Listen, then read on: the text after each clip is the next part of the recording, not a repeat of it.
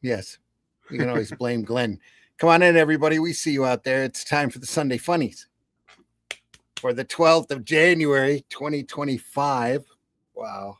Wow. Yeah. In the future. It's going to be Christmas soon. Let's snap our fingers and it'll be right there. More gifts. My Christmas is next week anyway. So is it? Oh, is that when family comes over? That's when family gets around to all getting together. Yeah. Except if we all survive the week. Geez, everybody's fallen, landed in the hospital, and one thing after the next. Yeehaw, folks. Come on in. Sunday Funnies. We're going to look at a great book today. M.A.R.S. Patrol. Some fantastic wood. So it's time to get your wood on. Here we go. That's what she said. The Beavis and Butthead today. As soon as he scrolls to the right open. Here we go.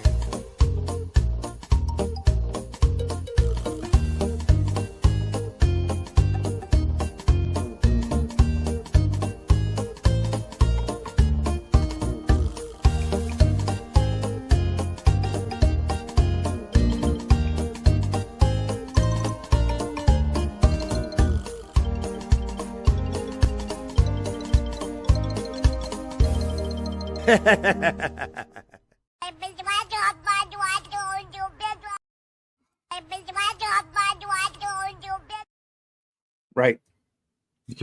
Right. That's right. Right.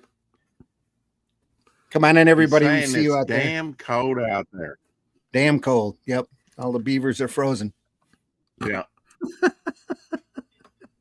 Yeah, you're on it today, Randy. It's just your mind. Get out of that Beavis and Butthead mode, folks. No. Don't start. Joke's on you, bitch. I love this shit. Okay. Fine. They don't know what you were saying in the green room.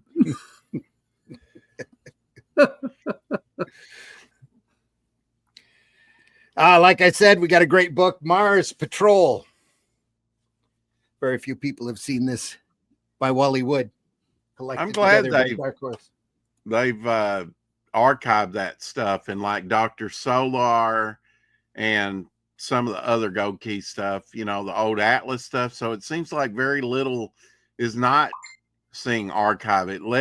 Maybe some of the really obscure Golden Age stuff, you know, or low print. Yeah. There's a lot of the little tiny stuff that Marvel did that they haven't bothered to reprint yet. Unknown tales of science fiction and of the Omega, the Unknown, that kind of stuff. I don't think they've collected. Though I do think there was a collection of Skull the Slayer. I think they put together quite a few years ago, if you remember that title.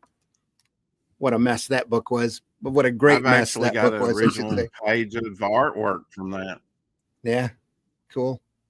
I love that book because you never know what direction it was going to go in because they kept changing writers and artists every issue, and they all wanted to go in a different direction. So it's hilarious. One minute it was a Bermuda Triangle book. Next minute it was a Land Before Time book.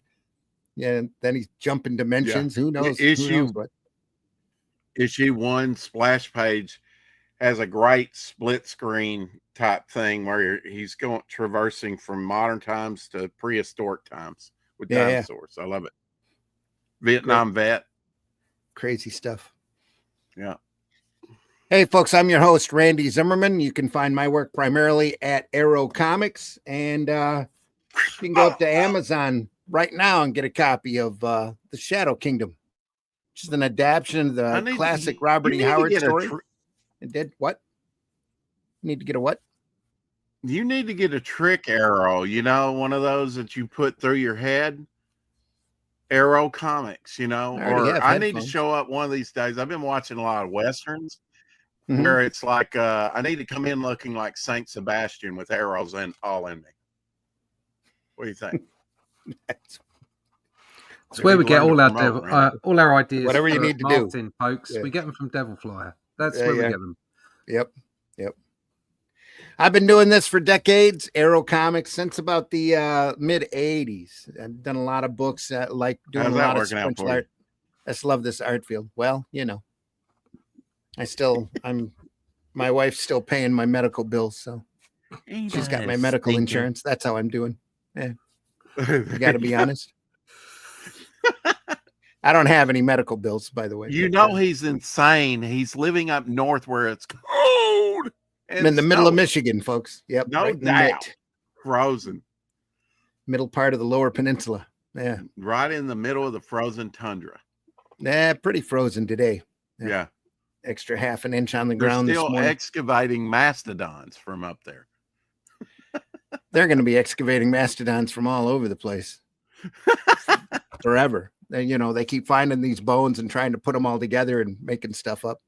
Yeah. So, and now they're all saying they all had feathers. So in Russia, in Russia, they've excavated ones with hair and flesh and, still the grass in their mouth. I mean, it's amazing. Human remains in their jaws, but man never lived at the same time as the dinosaurs. That's right.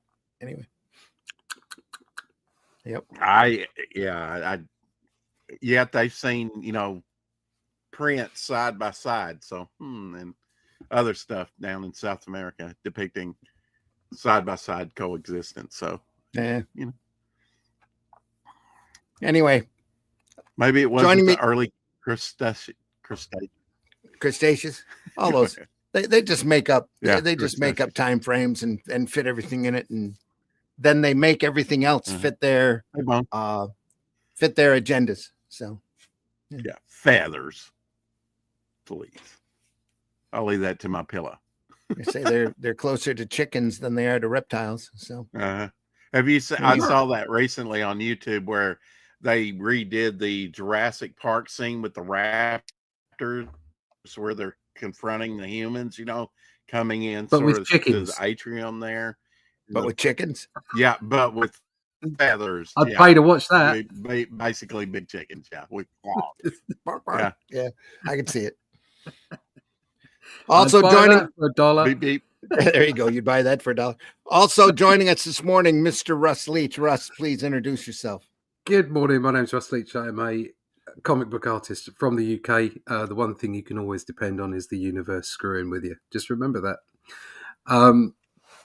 Currently on the second issue of The Atlantean. Here's issue 1, which is now available on Amazon globally. You could go get yourself a book there. If you're in the US, please check out the Critical Blast website, because we all earn a little bit more money from that.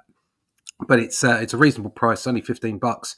Obviously, if you're over at Amazon, you got Prime, then the postage is free as well. So there's lots of benefits to be going and getting it on Amazon or over at Critical Blast or even at Barnes and Noble. You can also pick up the Shadow Kingdom there, again, through any of those outlets.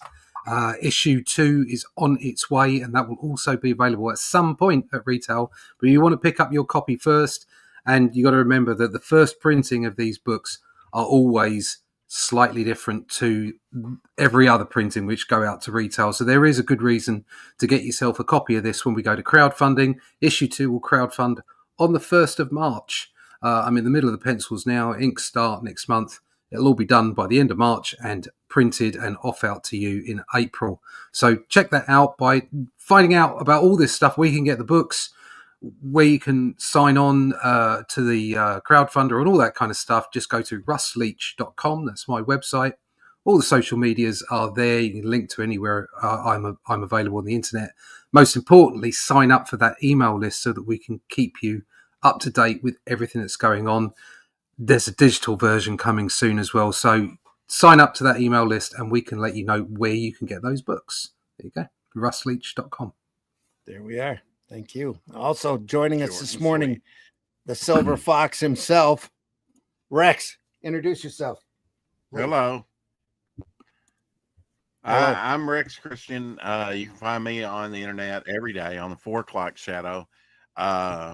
And my campaigns over on Indiegogo and Fund My Comic, where you can get free artwork like this done by me, head sketches of different characters that I do, and other fun stuff.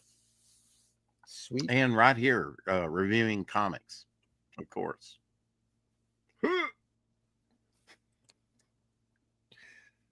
Mars Patrol, folks. Walyy Wood.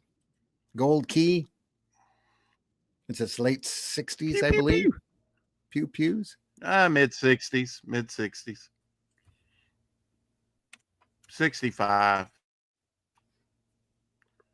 Oh, I need to jump over to my Facebook here. Give me just a second. I forgot to do that so far today. All the preps show, folks. Sorry, this just adds to the transparency. Oh, it's not even on there. Well, let's renew that page. See what happens. Come on. Come on, Meta. Yep, there we are. Still private. Cajole it to work. Yep, it's public now. I guess this Come on in, reprints everybody. 5 issues, I think. I believe so, yes. Total War. Need to change the Walyy Wood, screen, Randy. All right. Make it full screen. Make it big. Oh, yeah. Look at that. Yep. That's why I got to. Now I'm going to have to figure out how to. Isn't it along the bottom? They've do that got some. exactly. Yeah. They've got the organisation of the screen sizes along the bottom. Just click one. I was wondering why I was admiring my I know it's collage early. of comics this morning. Yeah. Layouts. That's what that's got to be. Yeah. Crop. I was like, I want layout. that one and that one and that There one. you go. There we go. I have that Good one. stuff. Now I can see it now. It's a click of the button. Bam! Is that right? Bam. Oh, that's it. Oh, you got it perfect there, mate. Don't move. Do not move. Oh, nice He's printing. gotta move. Yeah. That's lovely. Oh, what a nice book. Nice Lovely covers. painting as well. Beautiful. Tony Coleman and Dan Atkins. Forward by Batten Lash. Afterward by Dan Atkins. Printed by G.I. Joe. G.I. Joe was just coming in right now, you know. The old G.I. Joe. Time. You get a very not the Larry Hammond G.I. Joe. Yeah. So are those painted covers? Are they by Walyy Wood? No. Right. I'm not sure who they're by. I don't think they're Wood. No. I can look it up real quick though. Yeah, look it up. I'm kind of curious. This book was printed in 2004. The dates, the copyright dates on this are sorry, I got to move it closer to my face in order to read it. Your face. Yeah, really. I don't see. Oh, yeah, there it is. Originally published by Gold Key, 1965 and 66. Yes, indeed. About the time of the Thunder Agents. This would be a good one to get renewed, you know, for somebody to update it and bring it back, really.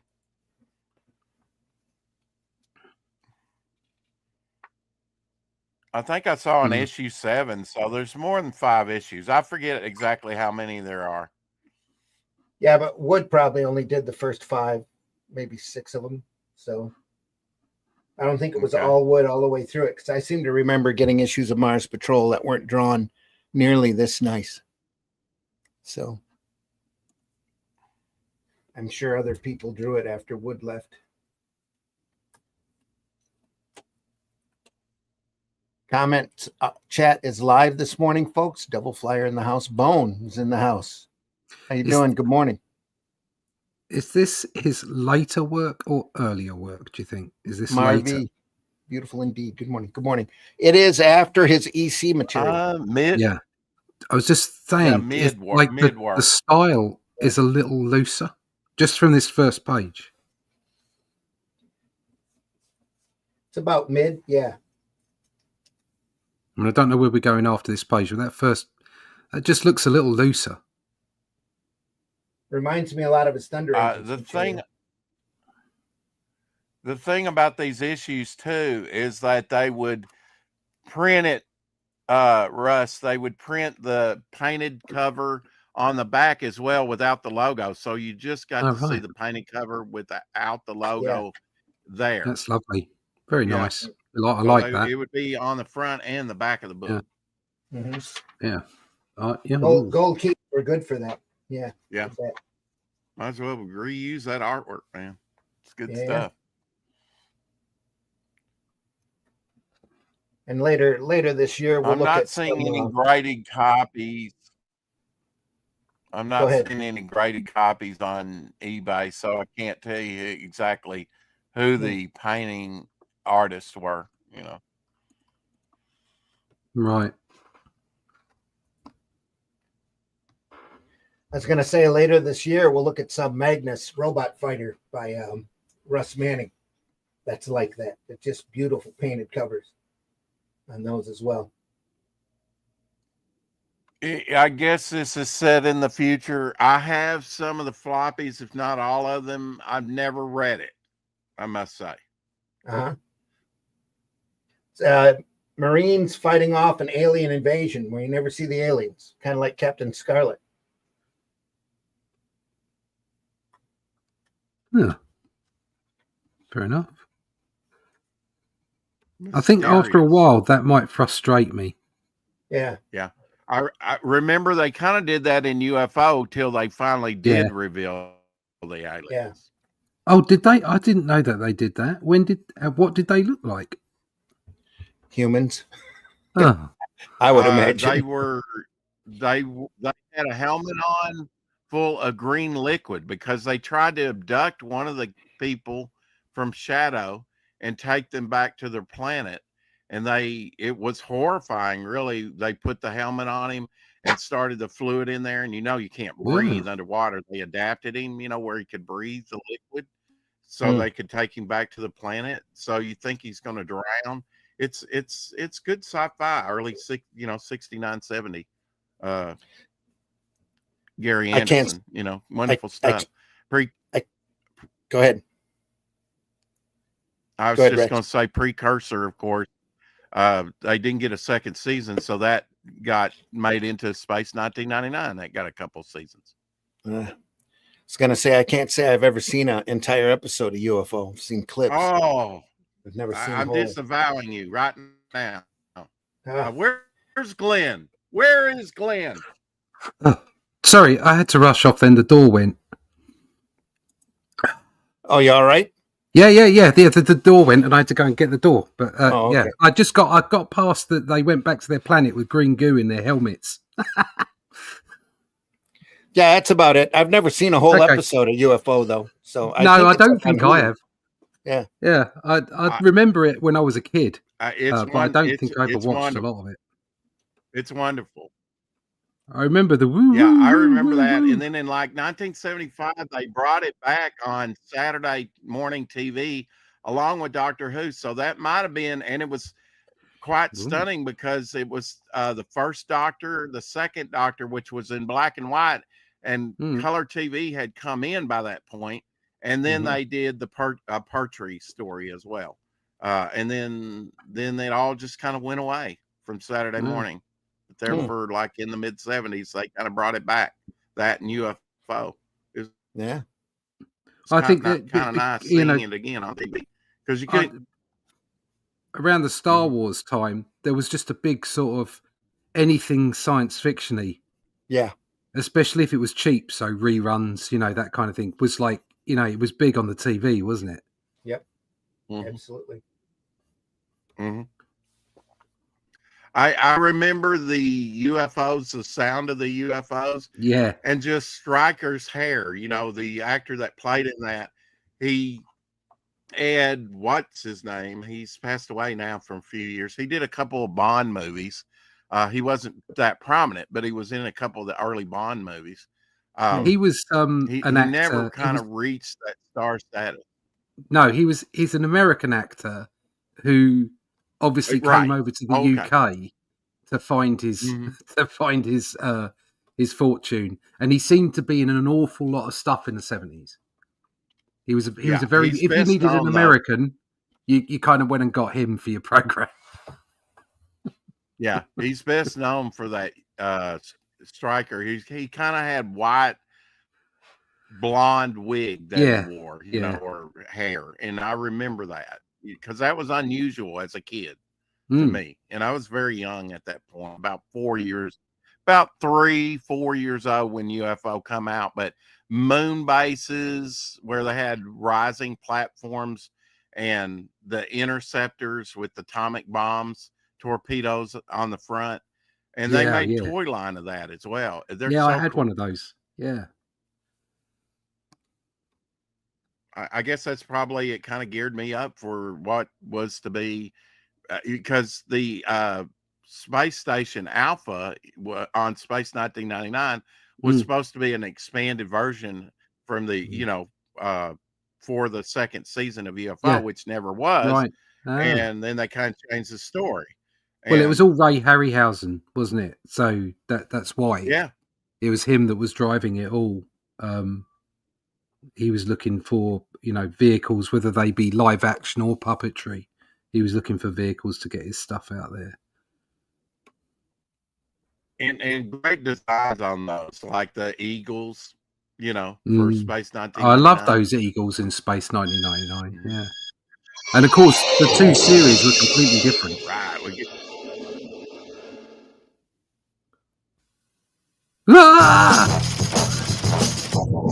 There's amazing. We're going to get struck for this. No, you won't. I played it on my show before. Have you? All right. 1980, the far-flung future of 1980. Groovy. Everybody go dance. Come on, Russ. Yeah. Great satellite. Look at that. Yeah, they even had a satellite. An orbiting satellite. Early warning system. Come see us on a Sunday. Talk about comics and go-go dance. There you go. 3 old farts dancing. Yep. Yeah. We get the idea. You could have played all that. In fact, I might even play it on my show today. I might just go home and play it. Yeah. Should probably sit down and watch stuff. It looks like 60s mod cool, you know. Yeah. Oh yeah. It's good fun. I mean, it's like a bit Star Trek. A lot of action to Mars. Yeah. A lot of action to Mars Patrol already, and we're only a few pages in. Yeah. But just see what I'm saying about it being slightly looser on the ink work, Randy. Mm-hmm. It's. I mean, look at their especially in that Jeep where they're trundling along in the Jeep. Yeah. It's quite simple lines for the broad areas of the Jeep, and then just big thick inking for the folds in their clothes. Yeah. Yeah. Lovely stuff. Yeah, I love it. It's great. Great wood.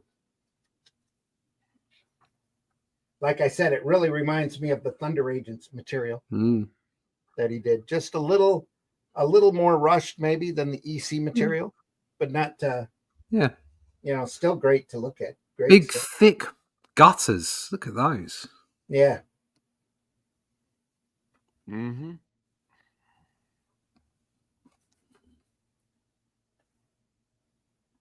Gold Key Comics. They kicked out some great stuff in their day. Twilight Zone, Boris Karloff. Oh yeah. Magnus, as well as all the licensed stuff that they had. Every cartoon character was pretty much a licensed Gold Key book back when I was a kid.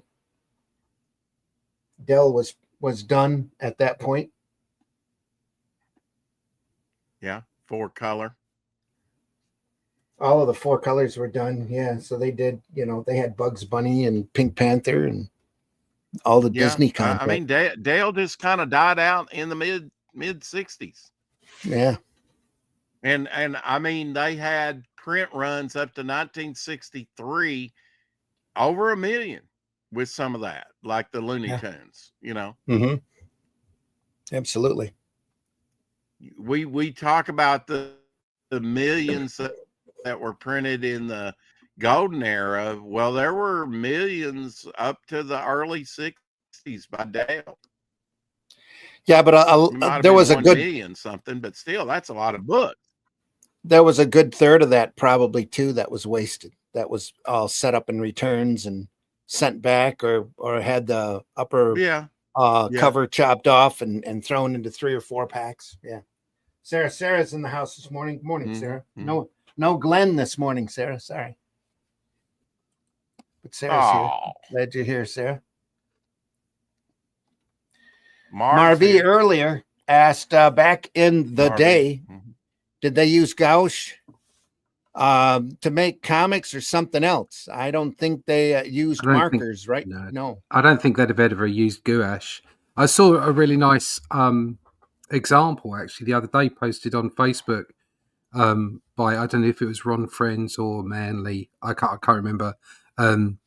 Just putting up one of the, I think it was a Conan page or something, where the colorist had marked it down in marker pen because obviously it was laid down by the printer at Repro.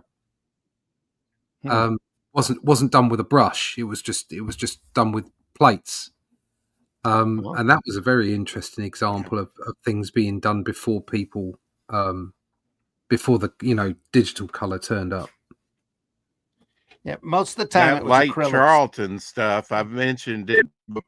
It before in the 80s. They would recycle that artwork from the 60s, 70s, and reuse it again, and just change the price on it, and maybe a full, few bullet points on the cover, and it was done in crayon for the color guides. I kid you not, something like that, oil marker, crayon. It looked very crude. Well, all those old mechanical separations where they used to use formula, those were crazy looking. You saw those color guides, just amazing. But yeah, I mean, I used to when I used to mark up for retail, everything I marked up was in 4-color press. So I had color charts, and I just used to, fill in and say this color is so many percentage cyan, so many percentage, magenta, whatever, and just fill that in. And I think what was happening on the comics is that they had maybe a limited number of, and in fact they did have a limited sort of color palette that they used, and they went through with markers, and there would have been, I presume, at somewhere between the repro house and the designers or the colorists and the art studio, there would have been a key. So, right, okay, we're going to use these markers. This marker, say an orange, is 70% yellow and 20% magenta. And whenever we use that on the page, that's what the repro house does at the other end. So, it was just a completely different way of coloring. It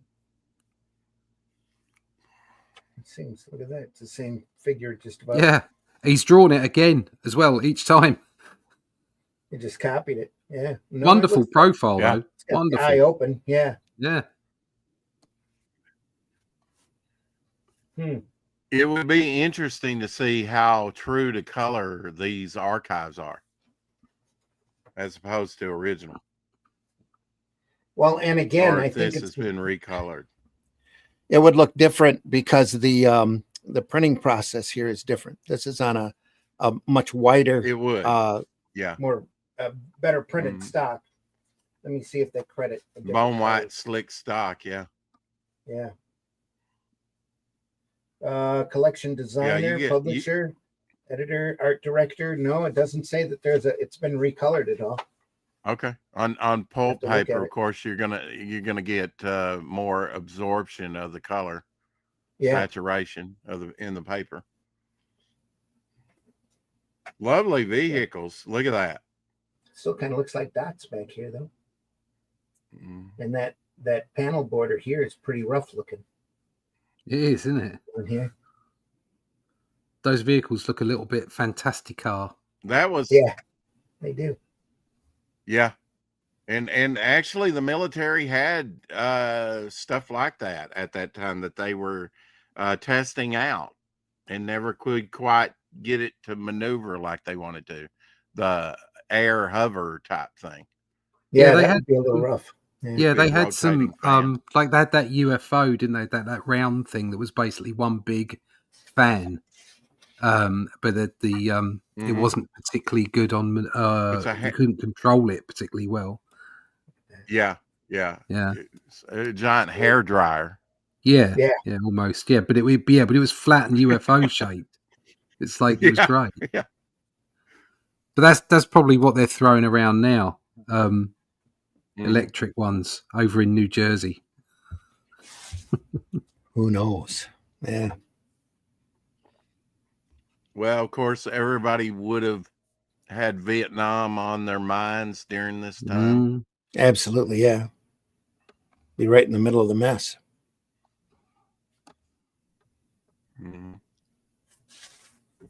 And like I said, G.I. Joe had just come out and was very popular. And a lot of the toy guns and stuff like that. Oh yeah. That was the Moss head G.I. Joes too. Playthings for kids. Yeah. Those great 12-inch figures. Yeah. Pew pew. Yes. Pew pew pew. We had Action Man. We didn't have G.I. Joe. Well, I'm sorry. Kind of concept. Well, you shouldn't be sorry because Action Man was a superior product. We had Captain. Okay. We had Captain Action over here. Yeah, we had that Action Man. Captain Action. He had interchangeable costumes and faces. Yeah, all the costumes and everything, and he had eagle eyes. That was the big thing. There was a little button behind his back of his head, and you went it backwards and forwards, and his eyes went backwards and forwards like he was looking. It was great. That's looking for action. Looking for action, exactly. Clutch cargo and clutch cargo lips. Cargo it was a bit like that. Yeah. It was looking for not quite as ooky though. Yeah. Yeah. They also did that same thing in Space Angels. You can watch it on YouTube. Yeah, like I said, it wasn't that. Yeah. Having the eyes go back and forth is completely different from superimposing live action mouths on top of the animation. That's just hideous. Alex Toth did the artwork on that Space Angels. Yeah, he did. Yeah, he was did a lot of prep work on it. You could see it. It looks like his style all the way through it. Yeah, it's really nice. Nice work. We gotta look at some more Toth. Oh, we've looked at quite a bit. Well, we've gone through just about every Toth book that I've got. Yeah, you've missed out. Yeah. Okay. Did you look at some of the stuff that I was first exposed to, like the early '80s Red Circle comics, like the Fox and stuff like that? No, we didn't look at that. We have looked at his drag and cartoon books, though. Yeah. Yeah. Well, yeah. His character artwork and that. Zorro. Yeah. This is Torpedo. We've looked at his. We spent 3 weeks on the InDesign book that's got all of his character sheets in it. That's cracking. That was. Yeah. That was amazing stuff. Cool. I'm gonna have to go back and watch those. It's just like with Wood, though. Every time we have a Toth episode, we bump a little. Yeah. On Blu-ray or what? His Herculoids. Well, I got a reproduction of his Herculoid model sheets. And I also have an original Fantastic Four model sheet by him. Cool. Sweet. I keep on meaning to ask you, Randy, have you seen that? Is it Boom Studios that are doing the Herculoids? Yeah. Boom or Dynamite? Probably Dynamite. Boom or Dynamite, yeah. One of the two. What do you think is going to happen? Do you think it's going to be awful? I don't know. I would imagine there's nothing that matches. There's nothing that matches the level of nostalgia that you had when you were a kid. And I think I've talked about this before. I've got the set on DVD. I've got all of the Herculoids, and you sit and you watch them, thinking, "Oh, this is going to be great." And you go through like 3 or 4 episodes, and it's just the same formula over and over again. Just the characters were cool. But it's so good, Randy. Excellent. It's sticky sweet. Oh, it's so good. Such great characters in that. You probably don't have the '80s though. They brought them back in the early '80s. Add Mitch. Mitch, how you doing, man? Hey, Mitch. I'm doing good. Sorry I'm late again. I had to work late last night, so I'm just now trying to wake up. Glad you're here. Yep. Sarah says, I like the detailed art. Yep, that's all Walyy Wood. Looks like he studied what all he was drawing. Nice. Yep. Yeah, Walyy Wood knew what he was doing. Yep. Glad you're here, Mitch. But yeah, there's the Space Adventure stuff I've seen, but I don't have it on I don't have it on disc. It's just not the same. It's just like all the Johnny Quests that they did after the first season. Just none of that stuff matches the quality of the original first run. So didn't they do a Johnny Quest comic as well recently? The comic had a lot more respect to it than Hanna-Barbera gave it on their second and third seasons out. Really? Animated. Ooh. Oh yeah. Because you had Bill Loebs did the majority of the writing on that, and all the people that they had working on the art were all people who knew and loved the cartoon, the original cartoon. Right. Okay, cool. When I was a kid, they had what was it? The New Adventures of Johnny Quest. Yeah. That was terrible. Mostly computer animated, just crappy stuff. The stories were worse than the Herculoid stories from the 60s. Yeah. Well, let's face it, Johnny Quest is probably the pinnacle, for hand done. It'll probably never be topped. Wonderful detailed stuff. Violent too. Yeah, it was all right place, right time. Yeah. You can catch all those. I'm trying to think where they were at. I want to say not maybe Max. Max has all of them. Max or Hulu, I think, has got the whole first run. Well, one thing that was kind of wild about, and they all hold up. Was kind of wild about that, Randy, is that Hanna-Barbera released the complete Johnny Quest on DVD, and I bought it. And then they released it on Blu-ray, and they said the uncensored version, because they had censored the first version of like when someone's pursuing Johnny, and as he's falling to his death, Johnny's being snippy and saying something, and they would edit that out because they thought, well, this guy's falling to his death and Johnny's smack talking him. We need to censor that out, So there's a censored and an uncensored version of Johnny Quest. It's crazy. Wow. They're censoring our cartoons now. I knew they edited a lot of the violence out, especially where Race kills somebody. And there were quite a few times he did. But if they would, they never made us into psychotic killers. Yeah. You can thank Ted Kennedy for his sucky legislation. Yeah, there you go. I sat and watched episode. Not only that. Go ahead, Rex. Not only that, but it affected westerns. I mean, westerns and all types of TV shows. The episode I saw on Max, though, I'm pretty sure was uncensored back in the day. The episode I saw on either Max or one of the streaming services, I'll have to go back and look at it. But they had the whole original run. My thing is, I want to see an original. We talked about this last week a little bit. I asked you, how do you feel about them kind of cutting down a lengthier program like the War Games of Doctor Who and colorizing it for a new generation? And I agreed with Russ that they won't learn anything. They need to see the original was, broadcast, originally broadcast. Absolutely. And unaltered. Yep. Marv says it's insane when we compare today's archives to those from last century.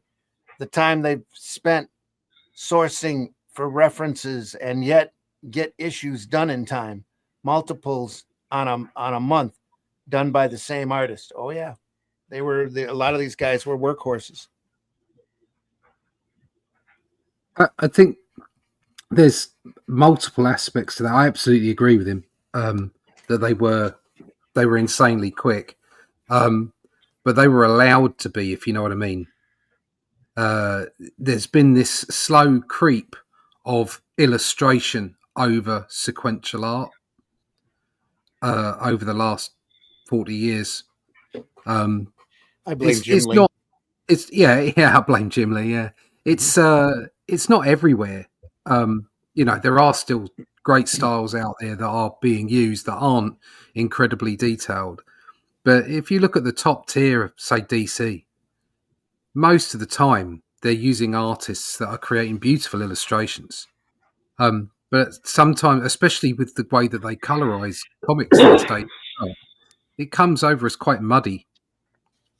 The inks aren't allowed to breathe, and so often they're very sort of like hyper detailed. It's like trying to color Alcala inks. Yeah. It's like you don't want to do that. No. But and Alcala was great because the whole point was he was doing it for black and white. Mm-hmm. And even then, I don't think John Buscema was that much of a fan of the work. Felt that it was a little bit overdone. Yeah. So, it depends how you view what these artists were doing. I know that I can knock out simpler pages much quicker. That's just a fact. That's just how much labor you put into it. But it's what's expected by the editorial team, by the customer, by the publisher. That comes into it as well. Although it must be said, if you go look at, early Walyy Wood, well, not too early, mid Walyy Wood, some of that's EC stuff, and it's like it's incredible, and they were obviously knocking it out of the park, and they were pretty quick as well. So I'm giving people the benefit of the doubt, but yeah, I think you're right, Marv. Woohoo! I see a those Shadow Kingdom there. Those in shameless plug. Shameless if plug. only it was up the right way. Sorry. Those elongated jets, they look very Gary Anderson like. Yeah, they do look a bit Anderson. Yeah, they're very good. I like them. It's almost like an Einsteinian illustration. It's like they're being extended by the speed that they're flying at. It gives it that feel of intense speed. And yet they're just stagnant there against the yellow background. Yeah. Yeah. Oh, have we got a Scott? Have we got a Rosema? I don't think so. Is he there? He's going, me. Yeah, he's threatening to come in. Oh, the link's up there, I would have mate. had to put at least a hint of speed lines on that thing to give it movement. Because it's almost like the vehicles, like these paratroopers there, it's just suspended the way he's got them drawn. I think Kirby would have put speed lines on them. Yeah. And it would have been right for Kirby, but I don't think it's right for this personally. Okay. I like the weight that Walyy Wood has. Yeah. When I say weight, so for instance, the weight that Jack Kirby used to impart into his work was all dynamic weight. It was energy. It was like a fighting stance and he did do other more sort of anatomical sort of body language kind of stuff as well, but mostly it was about intense energy. Whereas if you look at the way that those guys are coming down on their shoots, there's a weight to their body. They're swinging, and you can see it just in the illustration. It's masterful. Yeah.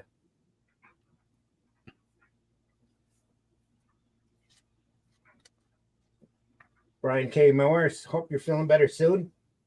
Said he wasn't quite feeling up to it. He's always welcome in whenever you want to pop by, Brian. Always.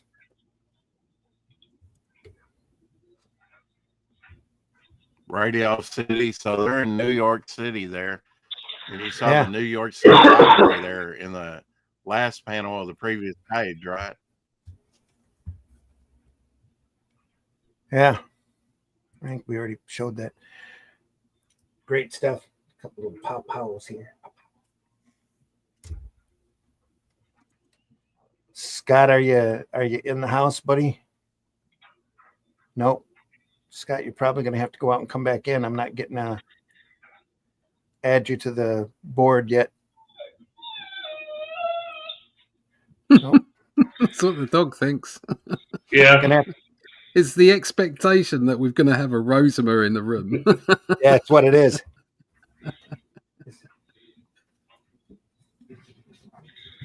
Yeah, someone's mad I'm not playing with them. It's a little auto gyro right there. Small little one-man helicopter. Gyro helicopters. Yeah. Very James Bond. Yeah, very James Bond. Yeah. Of course, they were experimenting with stuff like that and had stuff like that produced at that time. So this is very up on the current military technology, really. Yeah. Although I have to say, I wouldn't want to fly a single person helicopter like that and fire a shoulder-mounted bazooka at the same time. I don't think I'd feel safe with the recoil. Yeah. How about an RPG? Same difference. Sure would be fun, though. Yeah. You gotta say that. Yeah. I just narrowly missed today, out on firing a bazooka. Oh yeah, the dog. I thought it was a squeaky door. Nice flamethrower too. I shot a 50 cal, and I shot it was a pump action shotgun, automatic shotgun, a Magnum. Magnum. An M16, AK-47. There was something else as well, and it was really good fun. And for an extra 150 quid, you could have got yourself a bazooka.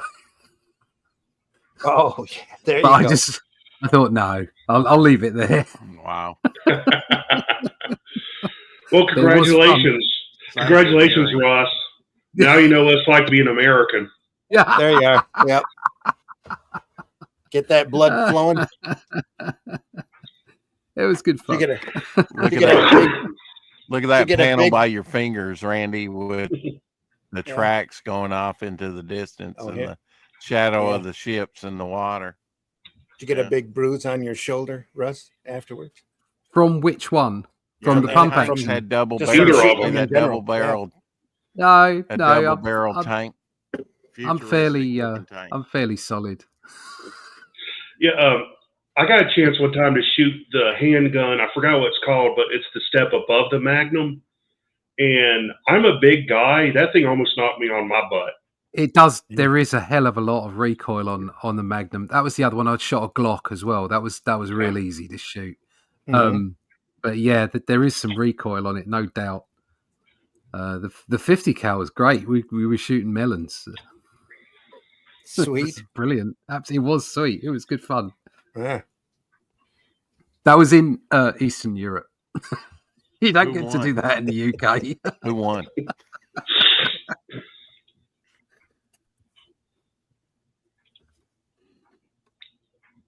Well, for me, it was a little gravel pit in the next county. Yeah. Had a buddy with buddy with an arsenal. We went out and shot in his that gravel pit for an afternoon with a variety of weapons. That was unforgettable. It's great. Yeah. Everything from a little handheld pocket spy camera or spy gun that was that looked like a pen to a Kalashnikov rifle. Woo-wee. Had a bruise on my shoulder for about a week. Wow. It's great stuff. A pump action Winchester, a handgun, I think a 9mm, and nice. The Kalashnikov I remember most because of the kickback on it and the fact that he was like going, it was the same rifle that Oswald used. And he's like, try to pump 3 shots out of that in a hurry. It's like, no, that's not going to work.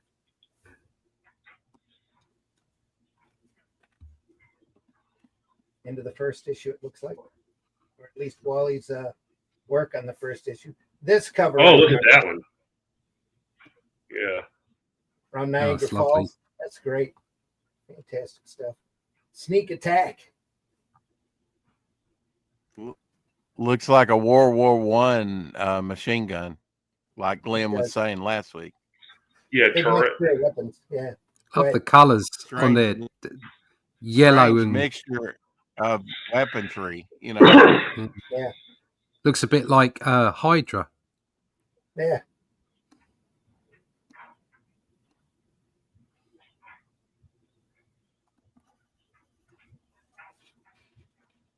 Like the composition on that though, especially for a comic. That logo would go right up there. Perfect. Just great stuff.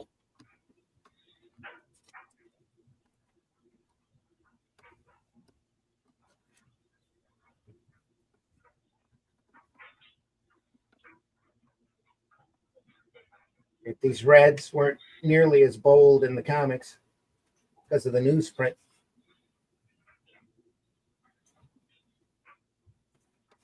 Nice stuff.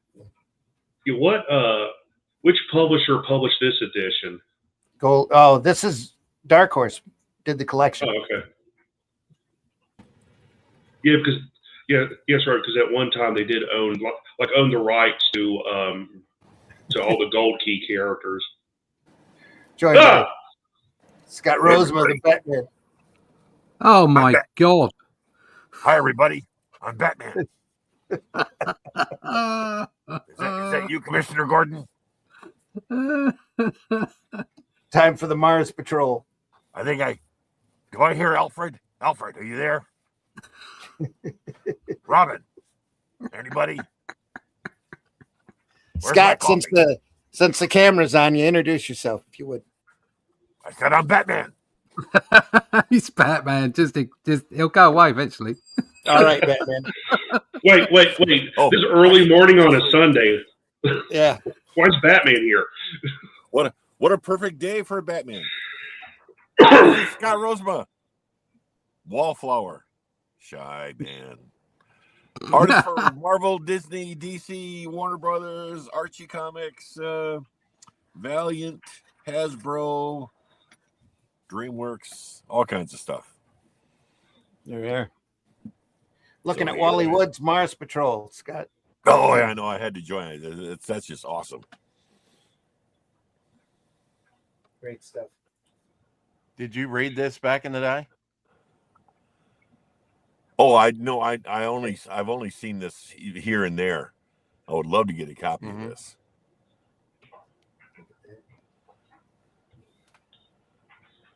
Yeah. Wow. Anything Walyy Wood does is top notch. I think you got your camera a little. I think you got your camera out of focus a little bit there, maybe. Is it? Yeah, I was going to say. Oh, there we go. It'll come back. Baby, come back. Whoa, that's even worse. Oh, it's there we go. Oh, looks Don't good here. Backhand me, young man. Rex is on a slight delay, Scott, just so you know. Don't worry, Batman will fix it. Oh boy. When did Wally do this?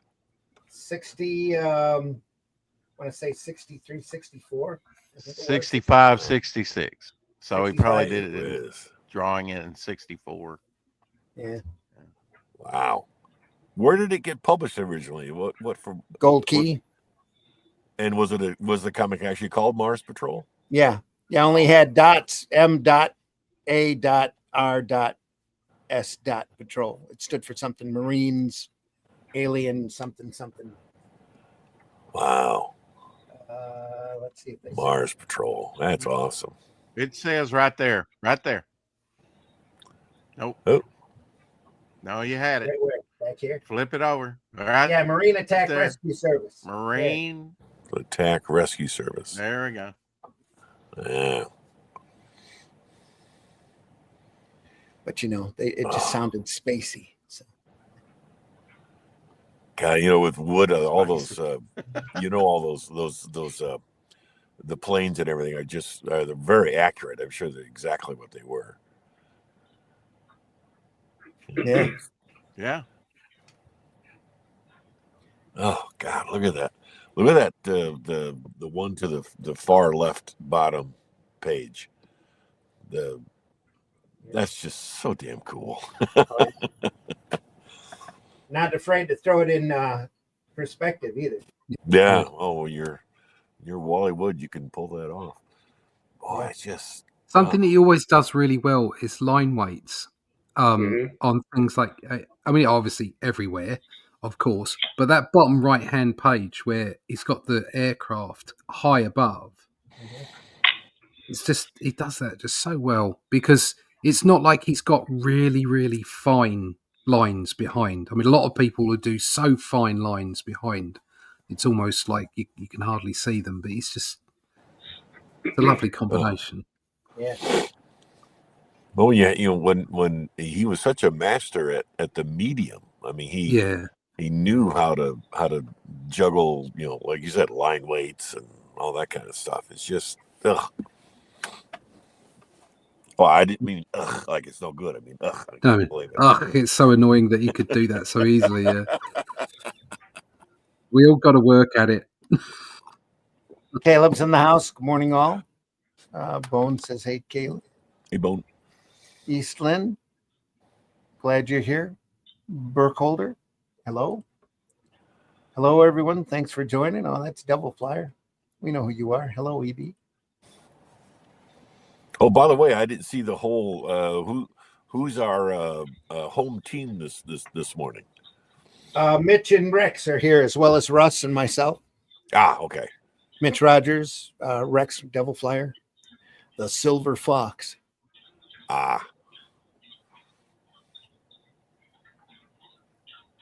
Hi, guys. Batman says hi. Hello. Hey, Rex, do we know each other? Pardon my bad memory. Rex Tillerson, right? I can't hear him. Rex away from the I'm microphone. sorry, I was muted. Yeah. No, I was muted. We did a show a couple weeks ago over here. I forget, probably looking at some Mobius. I think that's the first time that I had met you. Okay, I'm just hey, trying Sus to. Marumba. This town needs an enema. Rejoin. Wow. Man, oh man.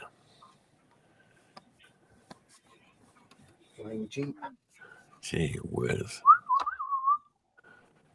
We were saying earlier that, of course, Vietnam was on everyone's mind, and G.I. Joe was wildly popular with the toys at this time, and just more militaristic type, toys for kids in the 60s. It was great. Yeah. The camera gun. Yeah. Old G.I. Joe Moss head. G.I. Joes. Yeah. Oh, yeah. Grenades, walkie-talkies. Good stuff. Yeah, that was a long time before my era's G.I. Joe with Snake Eyes and Duke and all that. Yeah. Right. Yeah, mine was the 70s where they had the faux hair and the pull cord. You pull it, and the only one I remember, he would say, "Enemy planes, hit the deck." Exactly. No, so my neighbor. I still have that G.I. Joe. I need to get it clean because it goes. Can't understand it. Well, the neighborhood friend of mine that actually had a whole bunch of those, I remember him saying to me, it's a or saying to all bastard of us, in his retirement. Oh. Go ahead, Scott. Sorry. Oh, I was going to say that. Yeah, I remember him saying to us that his dad got him those G.I. Joes for Christmas or something. And he said to me that his dad said, "Here, I hope this is as close as you ever get to this." Yeah. And I didn't quite understand it because he fought in World War II. My friend's dad. Mm-hmm. And none of us quite understood that. Now, of course, I understand what he was talking about, because he didn't come through the war he didn't do very well. Yeah. So, kind of a cryptic little warning / wish there. Barely got out alive. You mean? Yeah. Man, oh man.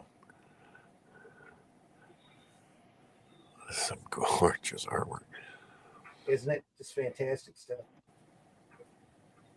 In a book in a series, nobody talks about anymore or thinks about or looks at or any of that. There they are at Niagara Falls. Look at that going. Oh wow! Going over Niagara Falls, yeah. The lamb. Yeah. Yes. Yeah, exactly. Yeah. In my mind, I'm thinking of like a Wilhelm scream right now. Yeah, exactly. Exactly. Exactly right. It's almost as iconic as Johnny I'm Quest, thinking where a few all their expletives yells if it was me. All their yells would be "Aye, aye." Yeah. We were actually talking about that Aye, earlier. Haji. Aye. Yeah.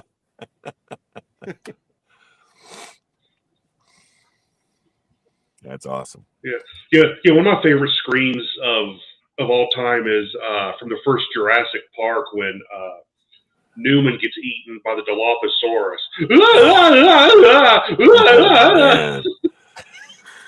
Oh, man. Yeah. That's uncanny. Yeah, like it's not just a scream; it just it goes up and down, up and down. Oh yeah. You know that little dinosaur's chomping on his guts right there. Yeah. Oh yeah. Oh. You ain't dead yet, but I'm eating you. So, yeah. Frogmen. That bottom face, Randy, you were pointing out. Yeah, that's an unusual looking face. Yeah. But boy, the almost alien like. Yeah. Yeah, on the top of the page though, those two frogmen, boy, what a great anatomy they got going on there. Jeez, oh beats. That's great. Yeah, it's beautiful. Mm-hmm. I don't think he illustrated any of the Undersea Agent books for Tower at this point, did he? I don't think he did. No, that was mostly Russ Heath. Yeah. Yeah. Well, yeah, I mean, it depended on the title. Gil Kane did some of the underwater agent for Tower. Yeah. Oh, didn't he did Sea Devils, right? That was for DC, Sea Devils. Oh, okay. Sea Devils came earlier, like us around 62, 63. Yeah. It was certainly still going by the mid 60s. Sarah says never expected to see a Canadian flag in a war book before. So I thought the same thing, but this looks like a UFO. Says unless I'm seeing it wrong. Yeah. Oh, over here. Yeah, it's like they're a UN, aren't they? They're like a yeah. It's not like people against people. It's I don't see a flag at all. What are they talking about? Yeah, it's like a UN force. Oh, earlier I see on this page. Oh, I see. Yeah. Gotcha. Yeah, right. If it's a UN thing, do they have multiple countries that send troops? They're on the Canadian side of the Niagara Falls. Yeah. That's it. Not for long. Short visit. Oh, you're talking about us annexing them? Yeah. Yeah. No, I was talking about that they were floating over to our side. Oh, I heard the easiest. I heard the easiest thing to do was to give them California. Well, so if you give them California and then you invade and you get California back and then it becomes state territory. Not state territory. National. It becomes national territory. Yeah, and then you can do what you like with it. I mean, I don't want to give anybody any ideas or anything. No, I'm quite sure they're already floating those ideas around. Yeah, there's numbnuts. I'm sure they're wishing California now was a separate country. Yeah. Yeah, California are wishing they were in Canada right now. We were also. Go ahead, Rex. We were also mentioning earlier that some of these vehicles look very Gary Anderson. Yeah. like Oh yeah. Thunderbirds type Oh stuff. yeah. Especially Gary, this it's- rocket on the half-page splash there. Yeah. Man, that is. Well, it's from the same time, isn't it? I mean, Jerry Anderson was mid big then, '60s. you know, yeah. Exactly. HR in the house. Happy to have you here, HR. Glad you're here. Hey, Joe, huffing stuff. Is it Folks, is it the thank you network so much. HR? Stuff and stuff. Say what? As your friend when things get Not rough. that. It's not that HR, Rich. Oh, Hey, oh, Joe, okay. huffing stuff. If you can't get a little bit, you can't get enough. That's what she said. Anyway. I love that. We have a great audience this morning. Hit that like button, folks. Hit that love button if you're enjoying this content. Any type of interaction with any of the platforms that you're on just goes to help our algorithm. Helps us be seen more. In that panel that says breakthrough, is that guy writing that like Slim Pickens? Yes. I hope not. It's like, yeah. He's not waving a cowboy hat, but yeah, he's sitting on it. Yeah. I tell you though, I love that rendering of those rocket on the back end there. Man, that is so cool. It's so awesomely good. Great stuff, yeah. Painted cover Russ. Roy and Peppy art. It's issue 9. So there was at least 9 issues in this series. Oh, hey Russ. Yeah. It was Thunderbirds and all those Marionation shows. Were they as big over there as I'm imagining they were? Oh, they were huge over here. Yeah. Oh, yeah. Yeah, absolutely huge. Everybody, kids loved them. Oh, they were everywhere. And they kept. I mean, the thing is they kept on their popularity right into the 80s. Really. Oh, no kidding. After they'd been sort of 20 years old, they were still very popular. They went away for a little while and then came back. But when I was a kid, you know, late 70s, early to mid 80s, they were constantly repeating Captain Scarlet. Oh yeah, Thunderbirds. You know, I even got to see a little bit. You know, later on, sort of closer to the 90s, maybe in the 90s, they started repeating Fireball XL5 and Stingray and stuff like that. So you know, it's been sort of ever present in the British culture, I would say, up until they ruined it with the movie. Oh yeah, exactly. Nickelodeon. Yeah, sure. I keep forgetting that's the same Thunderbirds. It's not really. It isn't. It's not. Really, it's not. It's like saying the current Star Wars films and Star Trek films are actually the same thing. They're not. Yeah, exactly. Somebody said, I think it was Marv who said, "Oh, what?" He's like he was being sarcastic. You know, Han Solo's dead, and I answered him with, "No, he's not." Yeah. Just not. No. In my sequel trilogy that I've read, he's not dead. No, he's not dead. No, exactly. So. No. In the true sequel trilogy, him and Leia had twins that were the living embodiments of the dark and light side of the Force. Exactly. So. Come on. You should have been writing that, mate. Yeah, no doubt. It was already written. I know. It's called the Thrawn trilogy. But you should have been writing it so that you could have made the money out of it. So I'm just being nice. Okay. It doesn't happen often, mate. Take it. What I found fascinating is I saw a special somewhere about violence in the media, and they cited Thunderbirds and those kind of shows as some of the violent kid content in the UK. I kept thinking, really? They were that violent? I don't remember being all that violent per se. Well, every episode had a rescue. The rescue was violent, but there were never any really, big blow up or war scenes in there. In all fairness, I don't think Scott or Virgil used any pronouns, so that might have been what upset people. Could be. Oh, I imagine. Yeah. It will also, sorry, I'm just taking a guess. Also, like, different people have different ideas of what constitutes "quote unquote" violence. So yeah, I mean, we had a critic in sort of I think she was in the 70s. Mary Whitehouse was her name, and she wanted to have Tom and Jerry banned. Oh my God! Yeah, some people are always going to be sort of just easily offended. Yeah. You know, it's like turning around saying video games cause violence, or like violent films cause violence, or God, comics cause violence. Yeah. It's rubbish. It's like Well, my it's either in experience. you or it isn't.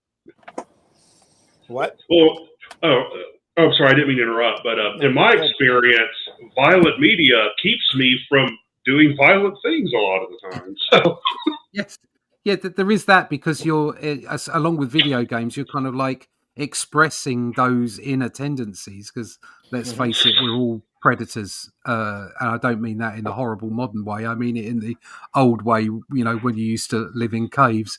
Humanity are a predator species, and as such, they have these things within them. And so, entertainment is a way of letting that out. Like watching a film or reading a book or whatever, playing a video game, whatever it might be. It's a valid way of letting that kind of stuff out into the open air. It's expressive outlet, I think. Exactly. Yeah. And if you take those outlets away, that's when problems occur. Oh, they start building up, and suddenly you just got to go. You want to beat the hell out of your neighbor or something. But the idea that Jerry Anderson products are in any way. Apparently, this Mars Patrol was slow road when it came to publication, because it ran from like 65 to 69, 10 issues. And number 5 was like 1968. So they must have did a blitzkrieg there to get up to 10 issues by 69. Well, Gold Key had an in infrequent 65, publishing so schedule anyway. Yeah. Sorry. Yeah. Yeah. How many are all 10 issues in this?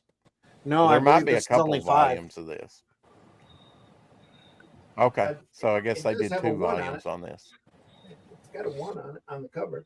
So, but if there's more, more, I don't know of them coming out, or I definitely don't have them. So I've got this one. I'm pretty sure I bought this at a show for like $5. So. Oh wow, that's a great deal. Man, oh man. So I dig through all those boxes at conventions, all the graphic novel boxes, because you never know what's in there. Oh yeah. they're always like, like 5 for $10 or something like that. They're always like dirt cheap too. What I always thought was fascinating was that Gold Key. It was a complete all in one house publishing thing. They did their own printing and all that stuff. It was fascinating, and they were out of Wisconsin, weren't they, Randy? Weren't they a division of Whitman Publishing? Yeah, for a while. I know some of the Gold Keys carried a Whitman logo in the corner. Yes, those were variants that they made for, I think, drugstores and like for packs, 3-4 packs kind of stuff. Yeah, but Whitman's also the originator of the Big Little Book. Yes, that's right. Over there, yeah. Oh, I just saw a collection at a local comic shop. A guy just got in a collection, had tons of these Big Little books, and they were in beautiful condition. Oh my God. They were awesome. How many do you think he got? Oh, he had probably 30. Cool. And said they were all mint condition. I mean, the guy kept them pristine. It was just amazing. That's the big thing with the Big Little books, is that spine, the little bit of cardboard for the square binding on the spine. That's they weren't easy to. They weren't easy to open and read without damaging them. I mean, you had to be real careful. Yeah. Oh, they had the Space Ghost one. They had Man from Uncle. I mean, they made tons of those. I've got one from 1939, The Son of Tarzan, and the numbering's like issue 1,400 and something. Well, that numbering that they started at 1,000 on that numbering, but there's a guidebook out. I mean, a big, nice, thick guidebook for Big Little books that somebody printed a few years back. There's a lot of that format that was printed. It's just very few of it survived. Rex, did you say it was from 1939?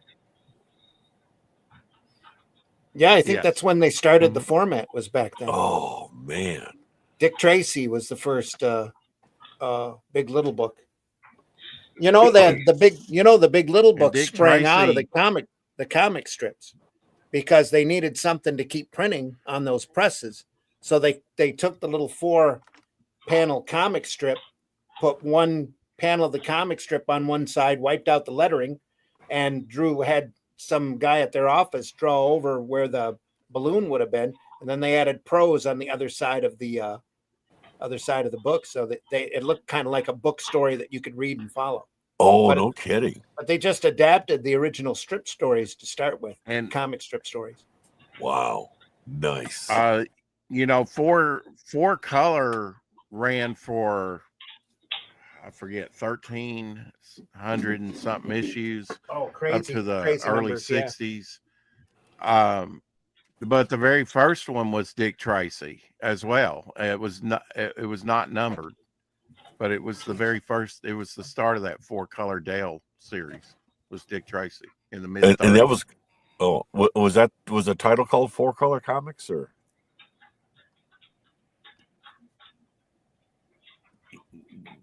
Yes, it was kind of unofficially called that, or yeah. I mean, it dealt with like, the TV stuff, the movie stuff, all over the place. From Woody Woodpecker to Crusader Rabbit to Have Gun Will Travel, all that stuff. Wanted Dead or Alive. On the big little books. That's Oh, look at that.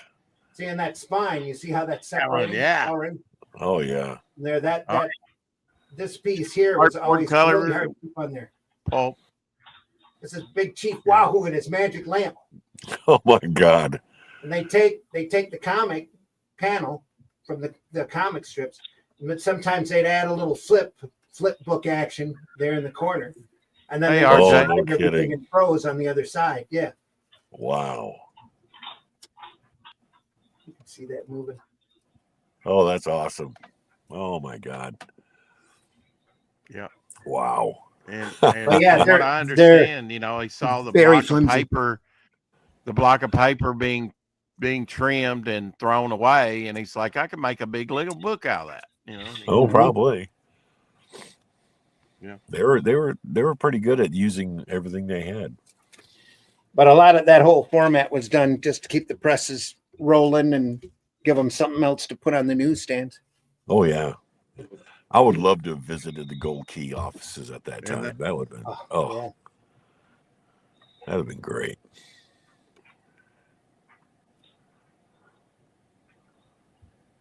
Oh, look at that. Oh man. What is that Well, like spider you said, type Randy, symbol? this probably wasn't recolored, but on the slicker paper, the colors do look more vibrant, I suppose. Yeah. I was going to say, what is That's that? probably spider the bad emblem? guys. I think that's the It's bad, like a the bad crab. guy opposition. Oh, okay. Is it a crab? Yeah, on the other page it was a crab. Looks like Okay. a spider. Yeah, Oh, it does look like a crab there. Yeah. and that's the bad Crab. guy symbol, right? I'm pretty sure that's what it is. It's Yeah. a crab. I love crabs. Like Cobra, but they come with butter. RJ It looks- says it looks couldn't just- let the It looks couldn't just let like the a ink dry hydra. on the drum. Yeah. Yeah, that's it exactly. Couldn't let the ink dry on the drum. They just look like Hydra agents.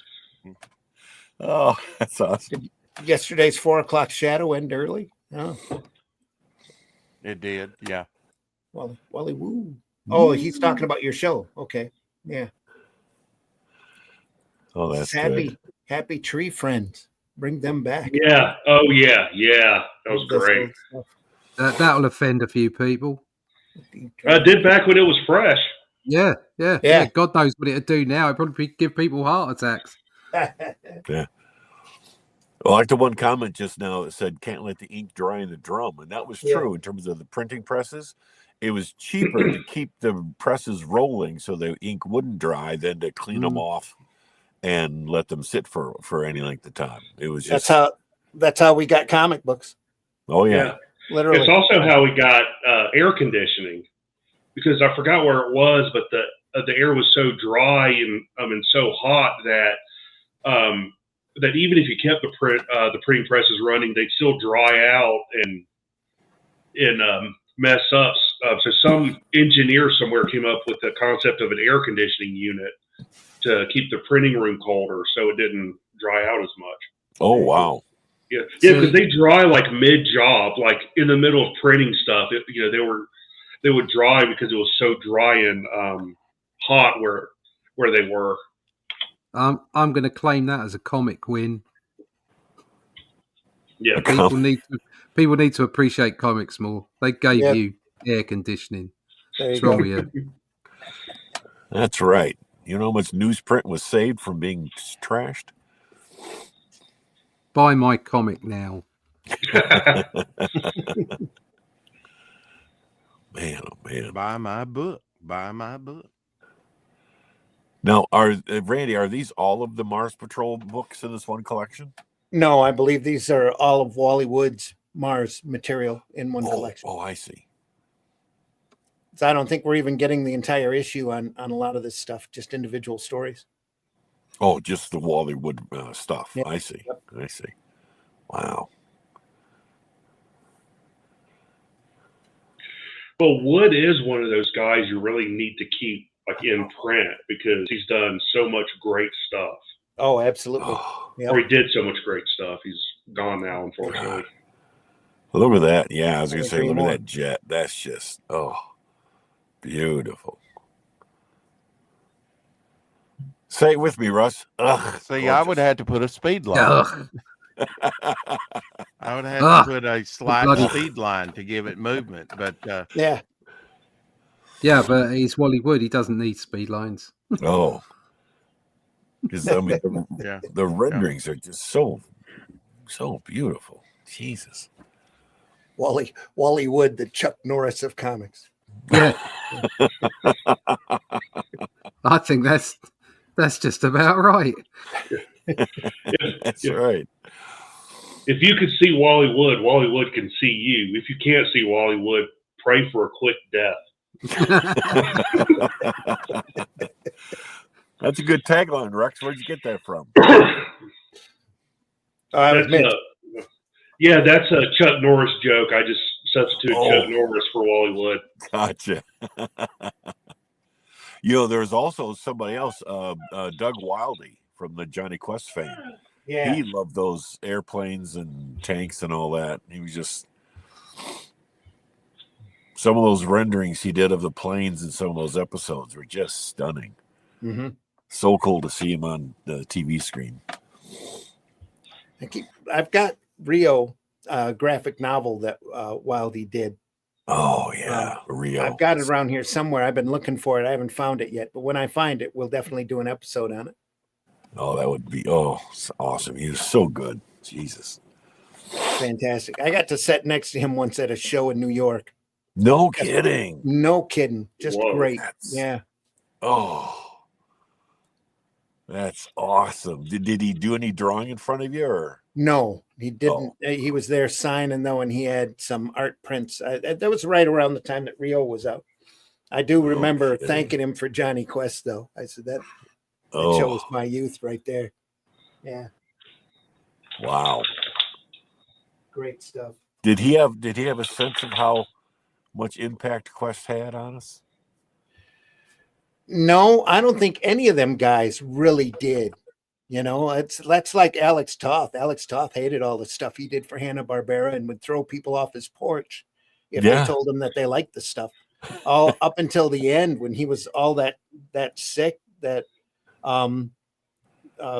legend has it that he had a postman come up to his door when he was ill and ask where he wanted all of his mail because he had bags of it sitting at the post office and too much to fit the mailbox. And he's like, what's all this for?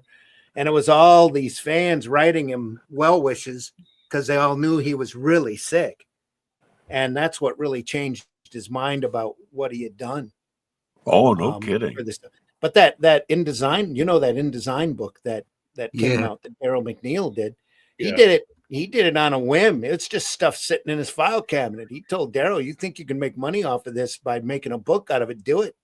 There were plenty of acidic comments written on there as well. He thought it was all, he thought it was all garbage. But then, you look at a lot of comic book artists, back in the day. Mm-hmm. It's almost like they looked down upon the comic strip as much as everybody else did. Mm-hmm. Buscema didn't feel like it was proper art, did he? And yet, not until the end. And it's only, it's only when you start to realize just what it means to other people, I suppose. Mm-hmm. They didn't realize just what they were doing because, as we said earlier in the show, it was a job. They got on with it. Yeah, a lot of them got into comics because they, for lack of a better phrase, failed at commercial art. Yeah, so they just kind of did it just to pay the bills, and they basically laid the foundations of an entire art form without knowing it. Exactly, without knowing it. Yes, that's it. Because they were just doing their thing, getting paid. I think Buscema came back to Marvel because probably I think it's something to do with the fact he didn't want to do the commute anymore. Well, that was part of his contract. Is that in addition to the page rate that he could work completely from home, which they agreed to. I mean, who wouldn't do that? At the time, you think about it nowadays. There's, especially after the crap we've been through in the last few years, there's a problem with people not being at work, not being in offices and being present, which is important when you're younger to learn from other people and be part of an environment, part of a community of people, even. But when you're as you're getting older and you work, you've done that part, you've worked really hard. The idea that you could work at home for the same amount of money. Without getting on that tube train, or whatever, it's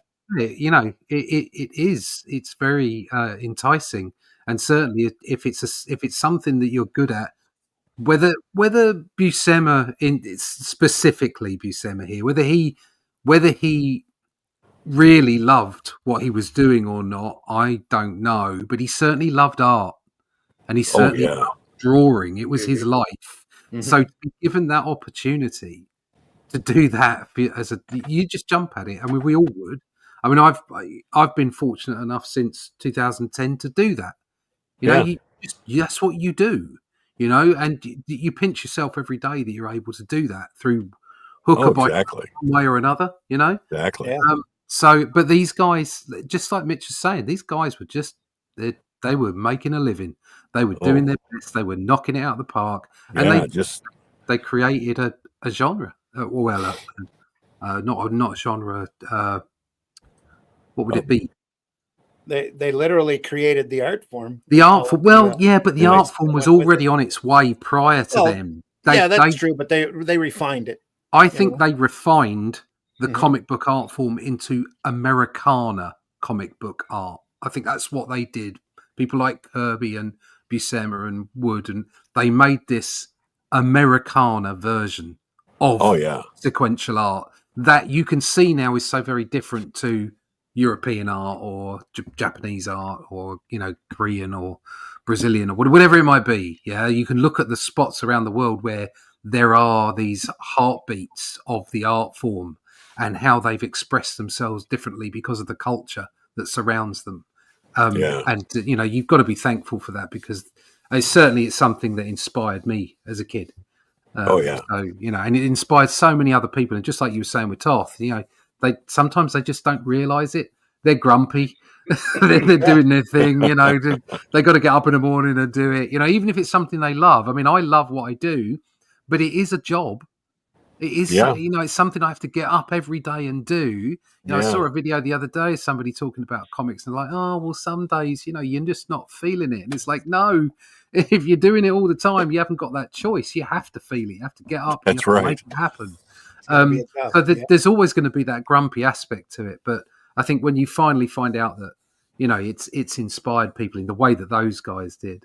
I mean, just from my perspective, my small little area, my small little tiny life and career, compared to these giants, if somebody walks up to me at a convention or emails me or does a review and says, look, do you know what? I really like that. It means the world. Oh, sure. It's that extra icing on the cake you just don't expect or just sometimes don't always get. Yeah. I have an interesting thing that I heard about Buscema. Is that I was at a convention. What's that? You heard it? And Buscema, go ahead. Yeah.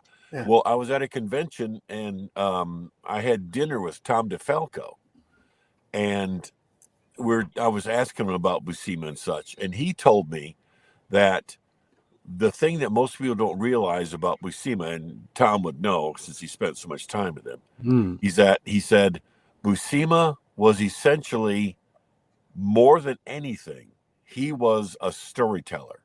Not an artist, but a storyteller. Yeah. And he said, and of course, it didn't hurt that he could draw the hell out of anything. Yeah. But he said that's why he could crank out everything he cranked out, because he loved to tell stories. He loved that storytelling process. He says you can tell, just look at those rough thumbnails he does for pages that you see every so often. Yeah. So you can tell he was constantly thinking about how to tell the story. And that really opened up my eyes about where Buscema's greatness really lied. It's not just his ability to draw, but his ability to tell the story. Exactly. That's exactly it. And that's what I think a lot of people miss, especially if they see comic books as a stepping stone in a career. Oh yeah. If you just see comic books as, all right, okay, it's an art job, I'm going to get in here, and that'll mean that I can go off and do games or TV or storyboards, which are different to sequential art. I've done both. I know there's other people who have done both. They are a different thing, okay? They have some of the same skill sets.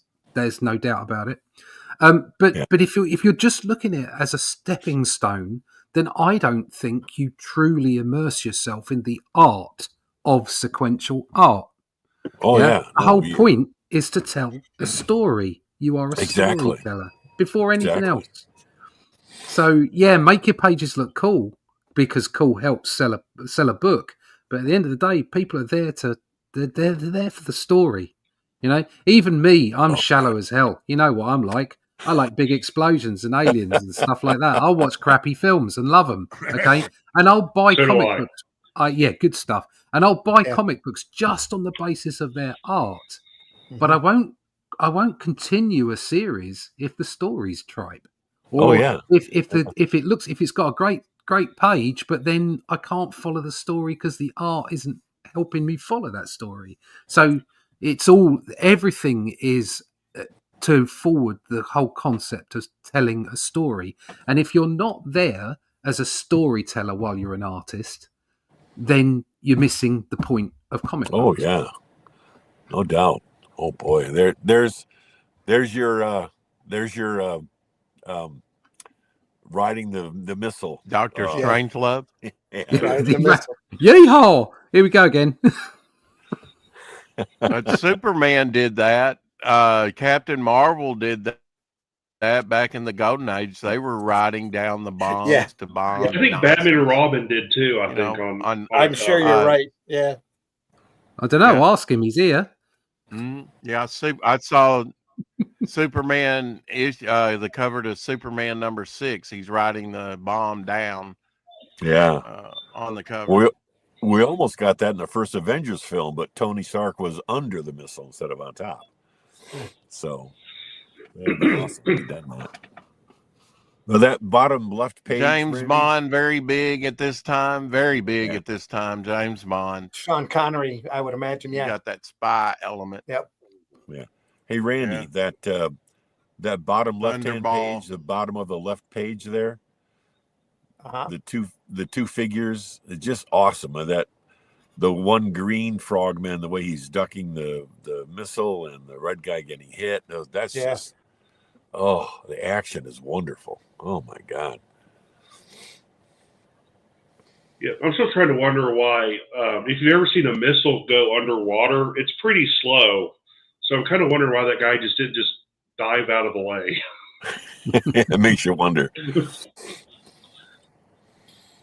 These are just comic book logic. Just go with us on it. Yep. Don't question it. So good though, man. Of course, this all reminds me of the Frogman episode of Johnny Quest. Speaking of Speaking of straddling, here's a cover from World's Finest. That's awesome. Yeah. Oh my God. That's so good. Look at my gun. Robin, let's go kill some people. Shoot it, baby. Shoot it. Got it. Real yeah moment right there. Pew, pew, pew. Yeah. Ready, set, ejaculate. I have issue 6 right here by me. Issue 6 of World's Finest. Yeah. And really, if you think about it, it wasn't called World Finest for its first 2 issues. So issue World's 6 Fair is really the 4th issue, and issue 7 that you just showed. Yeah, issue 7 that you just showed was actually the 5th issue that had that title, because the first 2 were called something else, and then they were afraid of getting sued, so they changed it to World Finest Comics. That was like World's Fair. Yeah, it was World's Fair Comics for the World's Fair that was going on in New York. Right? No kidding. Yeah. Didn't know that. I think it was called America's Best or something for those first 2 issues. I think that was a different title. I could be wrong, Rex. Man, pretty sure it was World's Fair Comics that they turned into World's Finest. Yeah. Just grab it over streets. It'll tell you. Yeah, they did do that too. And Superman had blonde hair in that. First appearance of the Sandman. Oh, no kidding. Yeah. And so he had a Fabio thing going, huh? That was Sandman with the gas gun and the gas mask. Sandman. Yeah, Wesley Dodds. Yeah, there you go.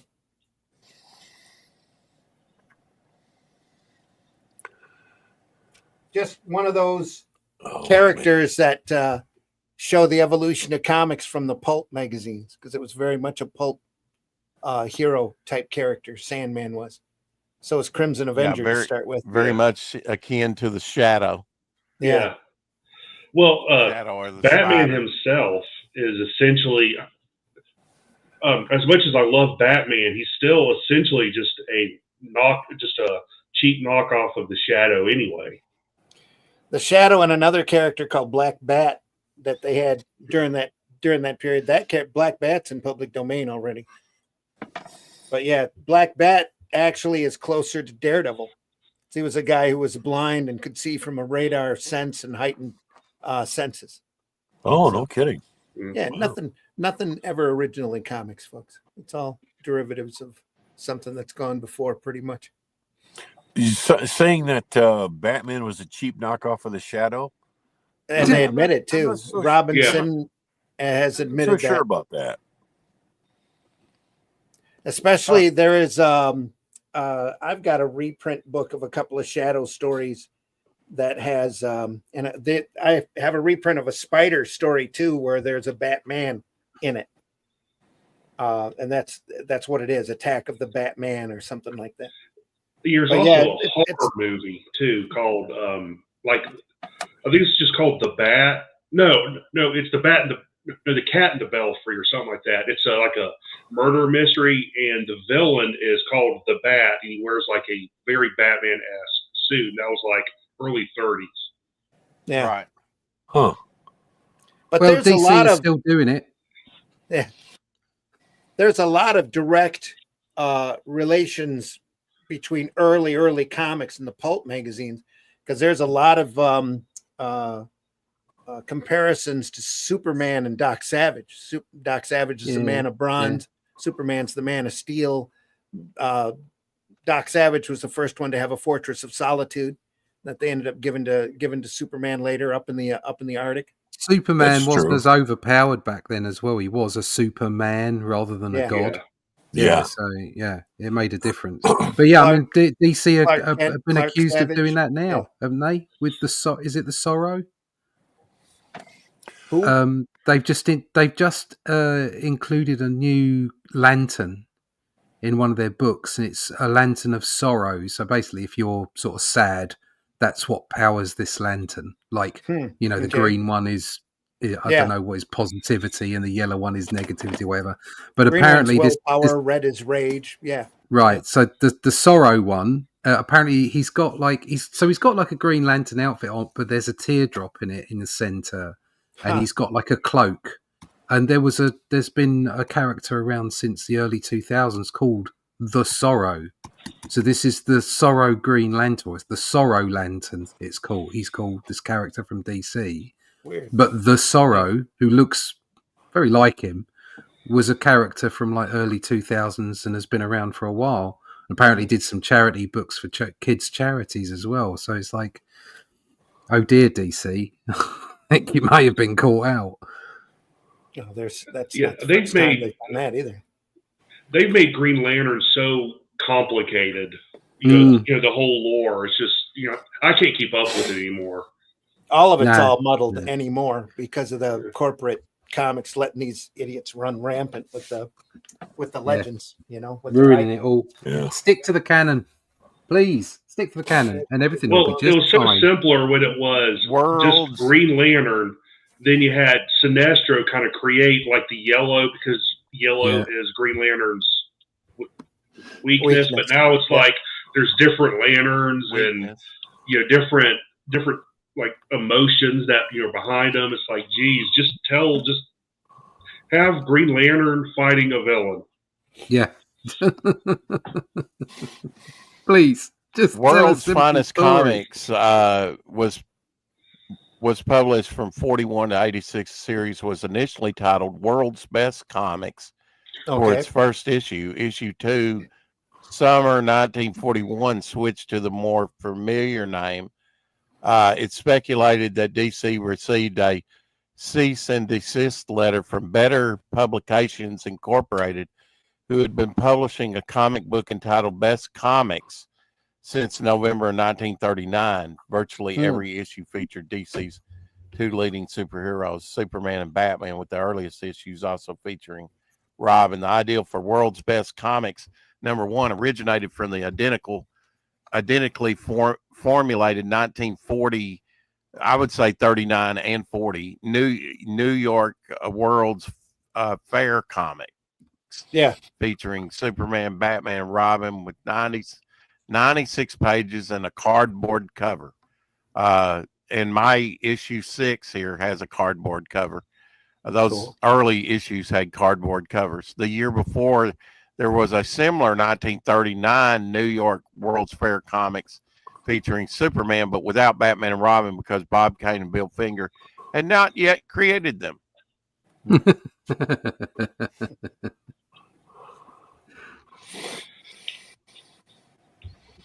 Only a few more pages here left to go. Lots of war. Bang sis.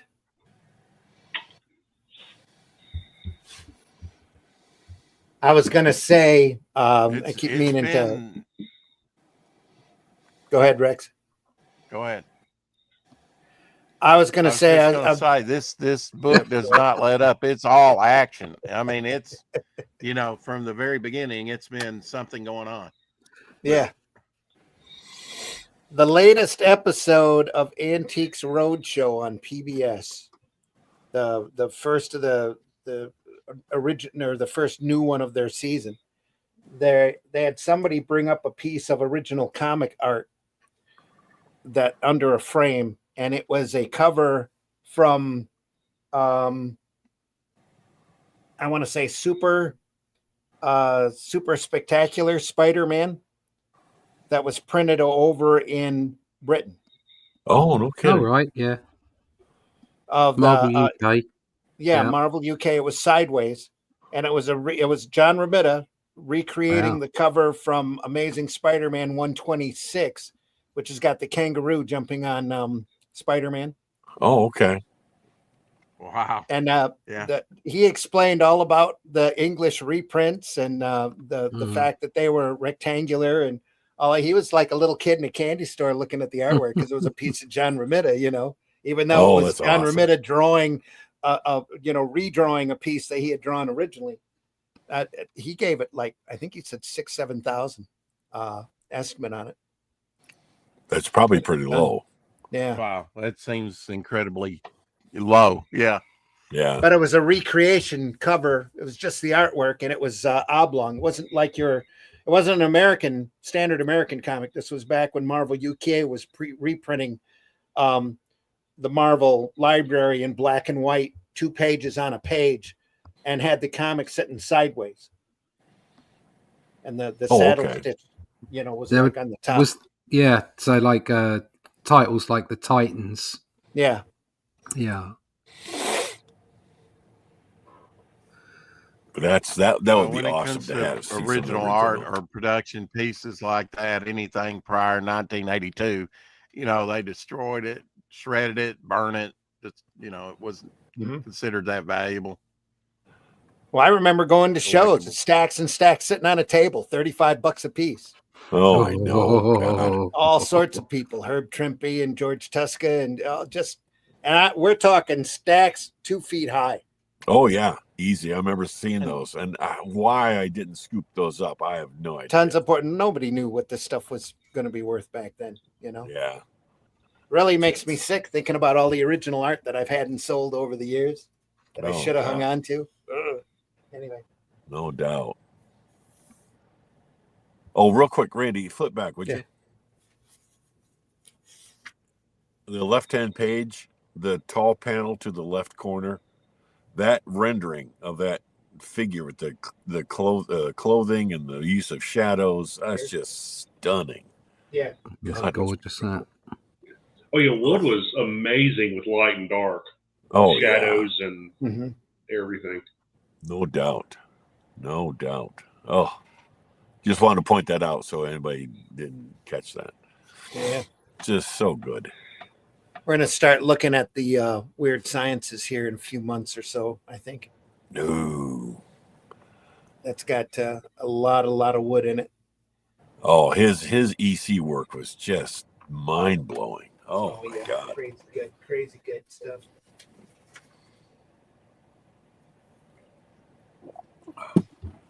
Oh, by the way, while we're still on air, I want to say publicly, Randy, you and Russ are kicking ass on that, on the magazine. Oh, thanks. Thank you. Atlantean? Oh God, yeah. Yeah. That is so Atlantean. It's looking just great. Appreciate it. Yeah, cheers. We're very pleased with it. It's turning some heads. We're getting some people interested, which is really good. We just want to tell stories. That's it exactly. And shit. It's unusual. It's a quick job. Who did the cover logo? That was Glenn. Glenn did the cover logo. He when you see him, I know he's not here today, but yeah. Oh, tell him I just think that's just a stunning logo. Yeah, it is a great logo. Yeah, it's a great logo. Say on the interior pages, it's the fully illustrated one. So he did a fully illustrated logo, and then on the front cover, for recognition, I whited out the text and just had the outlines of it. But on the inside pages, you get to see the illustrated one, which he's just done a cracking job. Oh yeah, man. I love the fact he didn't put any crossbars in the A's, so it looks even more. More like ruins or something. Yeah, it's really nice. Yeah, he did the Brazilian one for the Shadow Kingdom as well. They didn't need him to change much on the Atlantean one for Brazil. Wow. But, he did a grand job. Yeah, but it's Russ, the whole. That's you doing that inside. It's me on the inside, and the front cover are my pencils. So I do an ink version on the inside front cover, and then I get a painter. I get a digital painter to do the painted version on the front. Oh yeah! Wow. But we're pleased. People are loving it. They're saying it's and got the Savage Sword of Conan vibe, which is exactly what we wanted to do. So no doubt.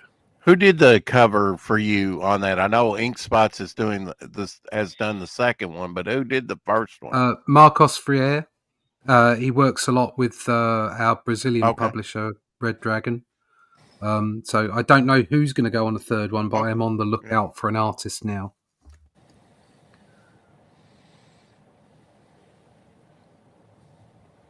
Eventually, I will do one of my own, but I'm focused on the sequentials. So I'm available for a painting. Sure. Woohoo! Okay. Sunday Funnies, creating jobs. There we are. Yeah, all the time. Yeah. Oh, more of those! Oh, more of those great jets! Oh my God! I like the awesome. First panel on the second row on the right hand page. The sort of POV from inside the plane. Yeah. Great stuff. Yeah, I often wonder, these people saw combat. A lot of the artists did, like Joe Kubert and even some of the writers and stuff. And they really knew their equipment, and just Joe Kubert would, have that back section in the war books at DC showing the equipment. That's just lost on people today. They wouldn't know how to render a jet or a plane, hardly. No, what they do is they go straight just have to a soldier look right. Yeah, they'll go straight to the 3D library. Yeah.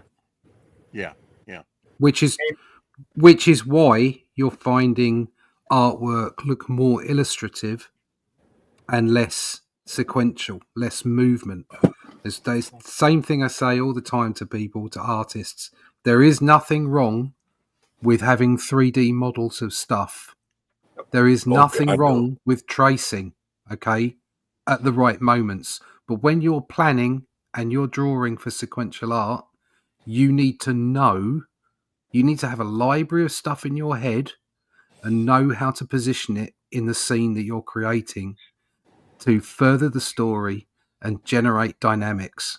And absolutely. if all you do is rely on 3D models and tracing, your sequential art will never be interesting. Oh, exactly. Yep. You've got to plan it out long before the rendering happens. Exactly.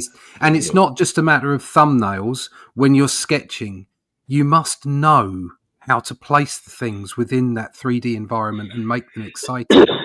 Then you can go get your 3D models if you want to and put them in the right place and turn them around and maybe trace them if you want to. Fine, okay. Yeah. But you must generate that three-dimensionality yourself. Otherwise, everything ends up flat and it becomes a boring book to read through. So, as long as you're not tracing someone else's work, it's okay. That as well. Yeah. I mean, that's an absolute no-no. Swipes are. I think back in the day when you had artists that we all look up to doing the occasional swipe, I don't have a problem with that because those guys were knocking it out at a rate of knots. Mm-hmm. And so what the hell, especially if it's from work from the same publisher, it's all owned by the publisher. What does it matter? I'm sure they asked beforehand. I'm sorry to interrupt, but no, you're right. They probably did ask, but even if they didn't, from their perspective, as I was saying earlier, it's a job. They were getting the job done. Yeah. And so if a publisher owns some panels and you're going to trace them or copy them or whatever, so what? It doesn't matter, because that's the way they saw what they were doing. It was a job; they were getting it done. But at the same time, they would never have done that if it didn't work in the story. So there's no point in tracing a 3D model because that's the only one you can get hold of, and if you haven't been able to move it and then make your scene work around the 3D model, you've got to have thought your scene up first. So, sorry, Scott, not just that, but back then, especially back during the 60s, 70s, and 80s, you had editors up there in the offices who knew the business and cared. And they would stop somebody if they caught them doing a swipe and they knew it was a swipe. They'd send it back to them and tell them to redraw it. Yeah, do your job. And they weren't afraid to do that. Yeah. Nowadays, they just let everything slide and see who catches what, or they just don't know enough to care. Yeah. Well, I was going to say that the thing is, like John Buscema, he would occasionally you'd see him take from Kirby, but that was only because there were only sequences. Like Stan would say, "Oh, here's the origin of the FF or whatever," and he would give him Kirby references, and Buscema on a deadline and doing 100 pages a month or whatever. He just simply took that same sequence, just simply redrew it in his own style. And damn it, we'd all do exactly the same thing. Yes. Oh yeah. That's why it it's wasn't important. Sorry. The swipes by these guys were any way of they weren't trying to rip off somebody else's stuff. No. They were doing it for the sake of expediency. Exactly, because it's a job. Yeah. So we must, like I was saying, I made it very clear. This is not to demonize anybody who uses 3D models or traces occasionally. Neil Adams was the guy that said, if any artist tells you he's never traced, he's lying. Yeah. Okay, I'm paraphrasing, but that's effectively the job, because you've got to get stuff done. And when you're a commercial artist, you have to get stuff done. Oh yeah. The reason that you can choose the right thing to trace or choose the right 3D model is because of the skill sets that you have and what you've built up over your professional career. Oh yeah. The point being is that artists that are starting out, they shouldn't let the tools decide how they create their stories. Exactly. So, that's why I say just don't rely on it. It's a tool, but don't rely on it. You should be generating your own scenery and your own flow of story within your own mind, because otherwise you'll miss the dynamics of sequential art. Oh, yeah, definitely. Look at this. Definitely. Look at this last page. Take a close look at it. Oh yeah, this is the Walyy Wood I remembered back in the 80s and 90s, back as his eyesight was going and he wasn't inking quite up to what he used to do. You could tell this page here is pretty rushed. Yeah. There's not a lot going on, is there? Yeah. Even on the two previous pages, it looked like there was a lot less on there. That's why I went back. I was looking at the whole story. The whole story looks a little quicker done than it's not quite as you've got some points here, some populated little hints of wood here, and then other hints that either he had an apprentice going over it or he was really tight on a deadline that he was trying to make. More than likely it was a deadline stuff. But yeah, that last page really shines out to me. It reminds me a lot of the work he did for DC when he came back and was just inking. Like on All-Star Comics and Stalker, that kind of material. Yeah, that was my first comic that I remember, Stalker. Yeah. Wow. Well, look at that was Walyy Wood and Steve Ditko, wasn't it? It was. Yeah. Yeah, I think so. Steve Ditko, yeah. Mars Patrol, Total War, folks. Brought to you by Dark Horse. I'm pretty sure there are still copies over on Amazon if you look, or eBay maybe, but it was done almost 20 years ago, or over 20 years ago, 2004 I think, 2008, 2004. So it's just done 20 years ago, so it's probably out of print, but it's great wood, great workhorse wood. Fantastic stuff. Apex is in the house. I think great art. Go ahead. I think they came out with hardback editions of this stuff as well. Oh yeah, they probably did. Black Batman were released about the same time. Hi to everybody. Apex says, great Rex. Geez, Rex, let them talk. That's Rex is on a slight delay, folks. It's not really his fault. Do you have any Bob Oxner comics to show? I've got a few romance books I keep meaning to get to. Just haven't done yet. We looked at romance, Sinister House of Secret Love. A Sunday or two ago with Alex Toth in it. Great stuff. But Oxner, I've got some stuff. I just haven't. We just haven't pulled them out yet. HR says. Trying to catch up here. Painting for a cover, yes. Yep, all of those great old gold keys have painted covers. Like that. Here's a sampling of them up here. Great old stuff. Sarah says, I always listen closely to you, Russ. You word things so greatly, much appreciated. This is Thank you. Easy stuff. Providing free art lessons in these streams. That's the idea, Sarah. Yep, that's why we love doing this. Michael Hart says, I used to collect Savage Sword in the 70s, and it does remind me of that in a good way. Thank you so much. Fabulous. Thank you. That's exactly what we love to hear. Walyy Wood said something similar. Yep, great. Yeah, he liked our book too. No, just kidding. Yeah. Great show as always. Thank you, Sarah, very much. HR has a little thumbs up working there. We deeply appreciate everybody stopping by. This was Mars Patrol, Total War again, Dark Horse Collection Archive, off of original Gold Key work. We'll look at some more old Gold Key stuff this year. There's a lot more to come. So we do this every Sunday morning at 9 a.m., the Sunday Funnies. And we also have a show on Fridays called Comics by Night that we do Friday morning at 5 a.m. Eastern Standard Time. And we're archived over at the Russ Leach's Comic Book Black Belt YouTube channel, my Randy Zim YouTube channel, and Indie Comics Network has us archived, all the Sunday Funnies and all of the Comics by Night. So, and we've looked through a lot of great material like this. This Friday, we're going to continue looking at the Inkle. No, that's by awesome. Jodorowsky and Mobius. We got about 2/3 of the way through the first book, and there's 3 books total. So there's a lot of great Mobius weirdness to come. Yeah, that's some of their best work, both of them. It's just classic sequential art, folks. That's what we love looking at. That's Comics by Night, 5 a.m. on Fridays, or watch us archived. We know the majority of our viewership watches us after the fact anyway, because nobody wants to get up at the hours that we get up at. But we deeply appreciate you stopping by whenever you watch us. And if you enjoyed this program, please make sure you tell your friends. Scott, are you available?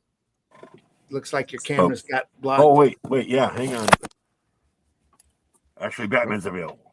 Batman, tell us how they can find you. I'm in the Batcave. You can't know where it's at. All right, great. You can find me over on my Facebook page as normal. I usually check in there at least once a day, if not more often, and working on getting back into doing big time comics. And as opposed to little time rumors comics. I might be doing a painting or something. Who knows? Who knows? Hey, yeah. You've been doing some great sketching on your Facebook page too. Oh, I appreciate that. Yeah, there's gonna be more of that coming too. I'm getting the camera setup fixed, so that'll be fun. I'll start doodling online. Let's put it that way. There you go. That'll be fun. That'll be fun to do more of that. Yeah, Mitch. Appreciate it. Yeah. Appreciate you being here, Scott. Mitch, thanks for stopping by. Tell folks how they can find you, please. You can find me at Linktree/Celtic Cross Studios, or you can find my my online store, my website, any con appearances I have planned, which I'll have you playing soon. But yeah, my web comics, and keep a lookout for my new campaign, which should be ready to launch by the end of this month, for my collection of short stories called the Flesh and Blood Collection. Some horror, gory goodness. Oh, I love it. You've been putting some sketches up on Facebook as well. Yeah. Yeah, I did a work in progress for the cover to the Flesh and Blood Collection. So. Yeah. Rex, tell folks how they can find you. You can find me right here, Jonesboro, Arkansas. Daily on YouTube under Devil Flyer Momentum. Check us out. I think we just hit what we hit. 451 subscribers. Yoo-hoo. Thank you, everyone. Awesome. Good for you. Campaign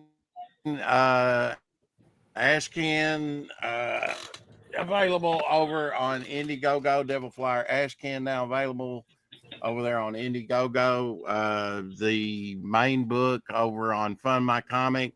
Get you some free artwork with your purchase. I want to show you guys this. You've probably not seen this. Jack Kirby Lone Ranger, unopened with the game from the 70s. Oh, no kidding. Cool. Good stuff. That's awesome. I mean, have you ever seen Jack Kirby, Lone Ranger? This is that book you wrote that I was mentioning there. Big Little Book, 1939. Son of Tarzan. Sweet. The better little book. The better little book. And it's a better little book. It's not a big little book. Yeah. The color guide. I got to show you this. The color guide to Avengers #4. Oh, got a bunch of production Whoa. artwork, stuff like that. And we're going to be doing a Western pulp / comic with a painted cover done by Russ Leach. He just doesn't know it yet. And maybe not painted, but he'll draw it, and then we'll have it that painterly feel. And there's that #6 right there. There we are. Nice. Very good. Nice. Very nice. Yeah. Russ. We're all about collectibles around here. Yeah. Russ, tell folks how they can find you.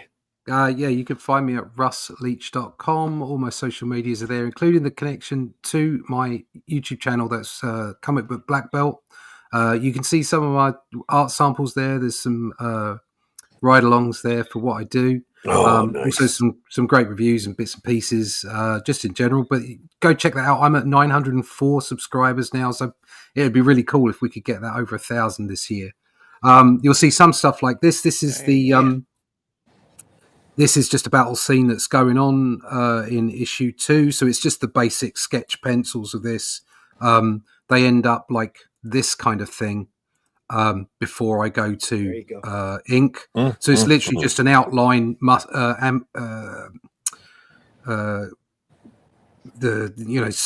figure drawing structure of the scene and what have you, with a little bit of lighting bopped on it.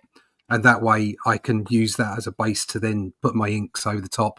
So that's the kind of stuff you're going to see.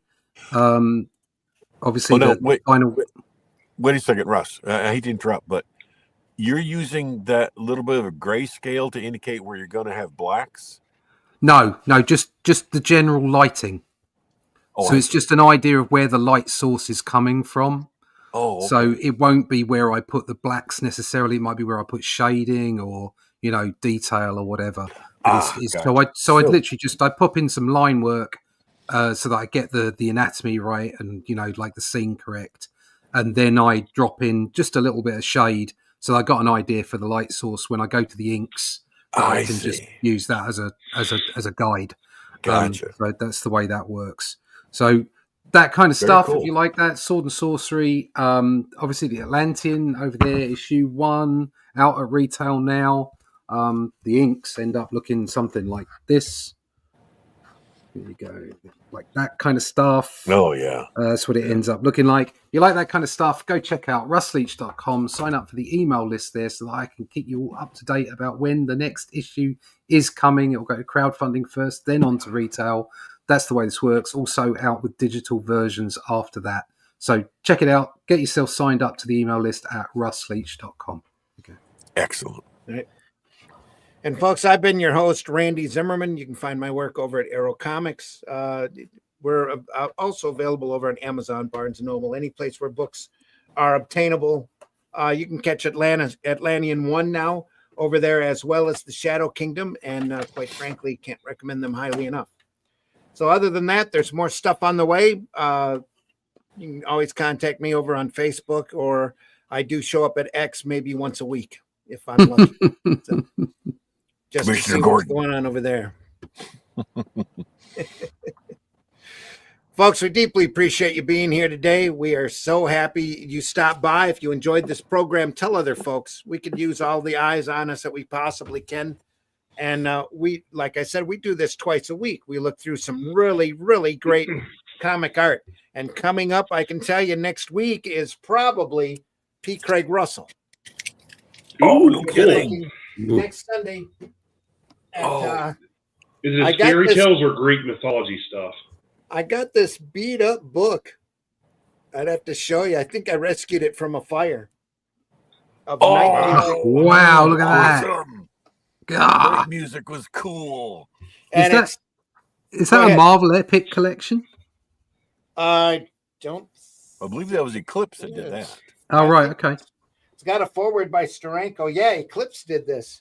Yeah. Right. Okay. Look at how singed it is. So crazy. Oh, But anyway, That's it's a little beat up, but oh my goodness. I opened it up and I went, well, I know when we looked at Elric, Russ and Glenn weren't really crazy about P. Craig Russell's work, but when you do stuff like that, as I remember, it's because there was a combination of artists on that book.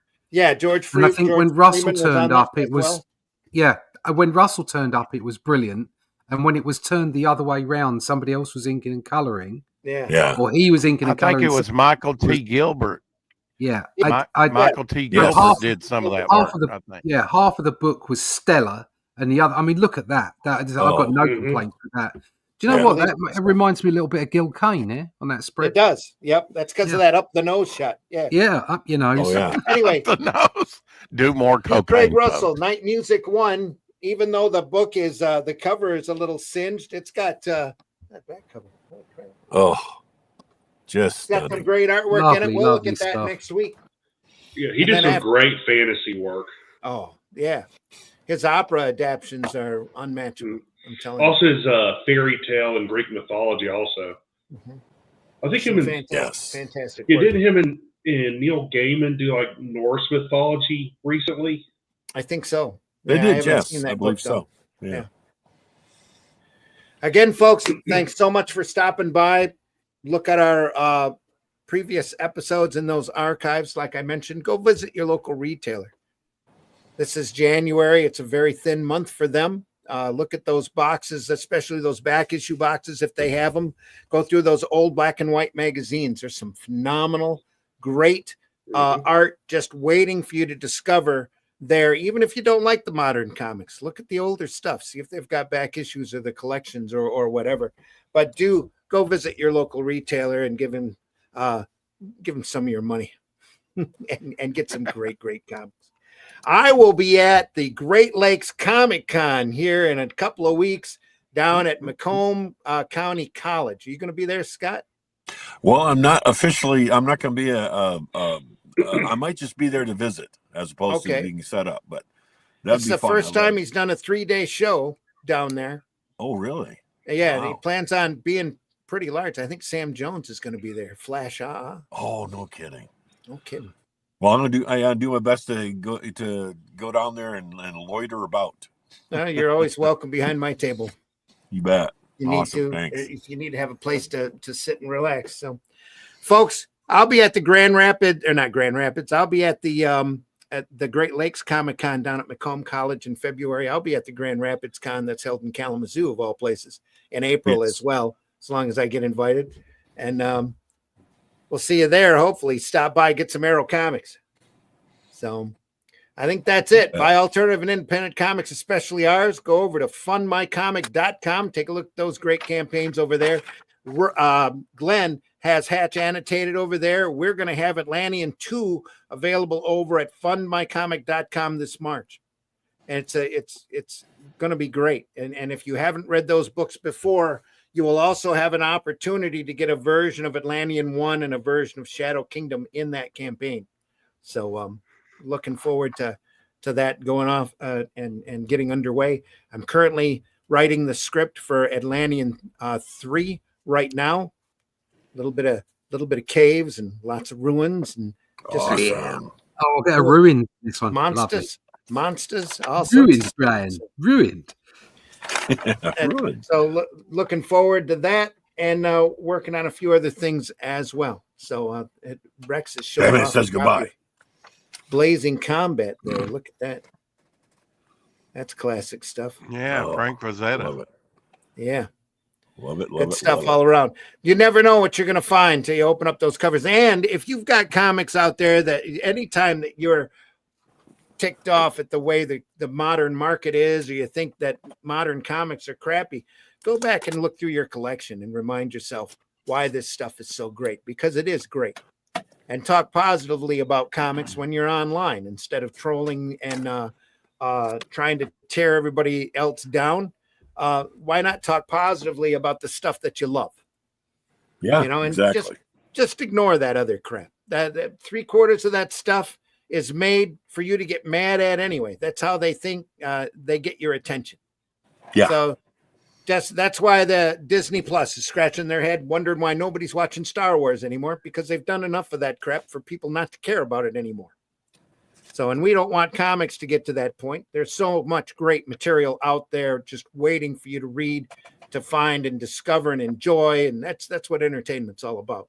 So go out there and be positive about this fantastic art form that we're in, and promote those sites that promote comics positively.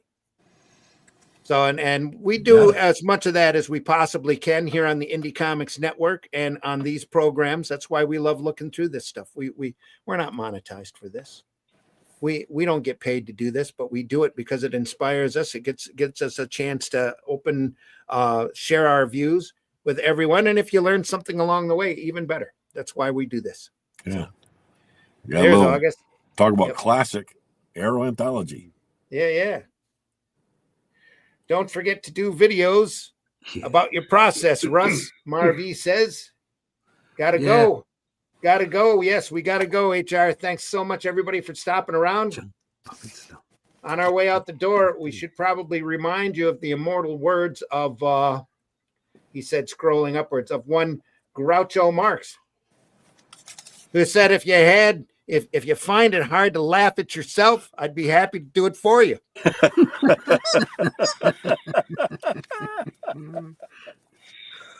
No doubt about that. No doubt about it at all. Yeah, Folks, the Marx take Brothers care. stuff still holds up. Oh, it does. And Coconuts is in public domain now. So awesome. Just the start. There's more. Every year or so, a little bit more of that Marx Brothers stuff's going to be available. If you haven't seen Animal Crackers yet, folks, it's an absolute classic. Just Duck Soup. You'll laugh at it, and even though it's almost 100 years old, you'll still break a gut at laughing. Oh my God, yes. Yeah, I forgot Everybody, which movie again, it was. Take care. We're over. We're over for a reason. We love Walyy Wood. We love this stuff, and we love talking about it. We will see you on the next one. Take care, everybody. See you soon. We missed you, Glenn. See ya.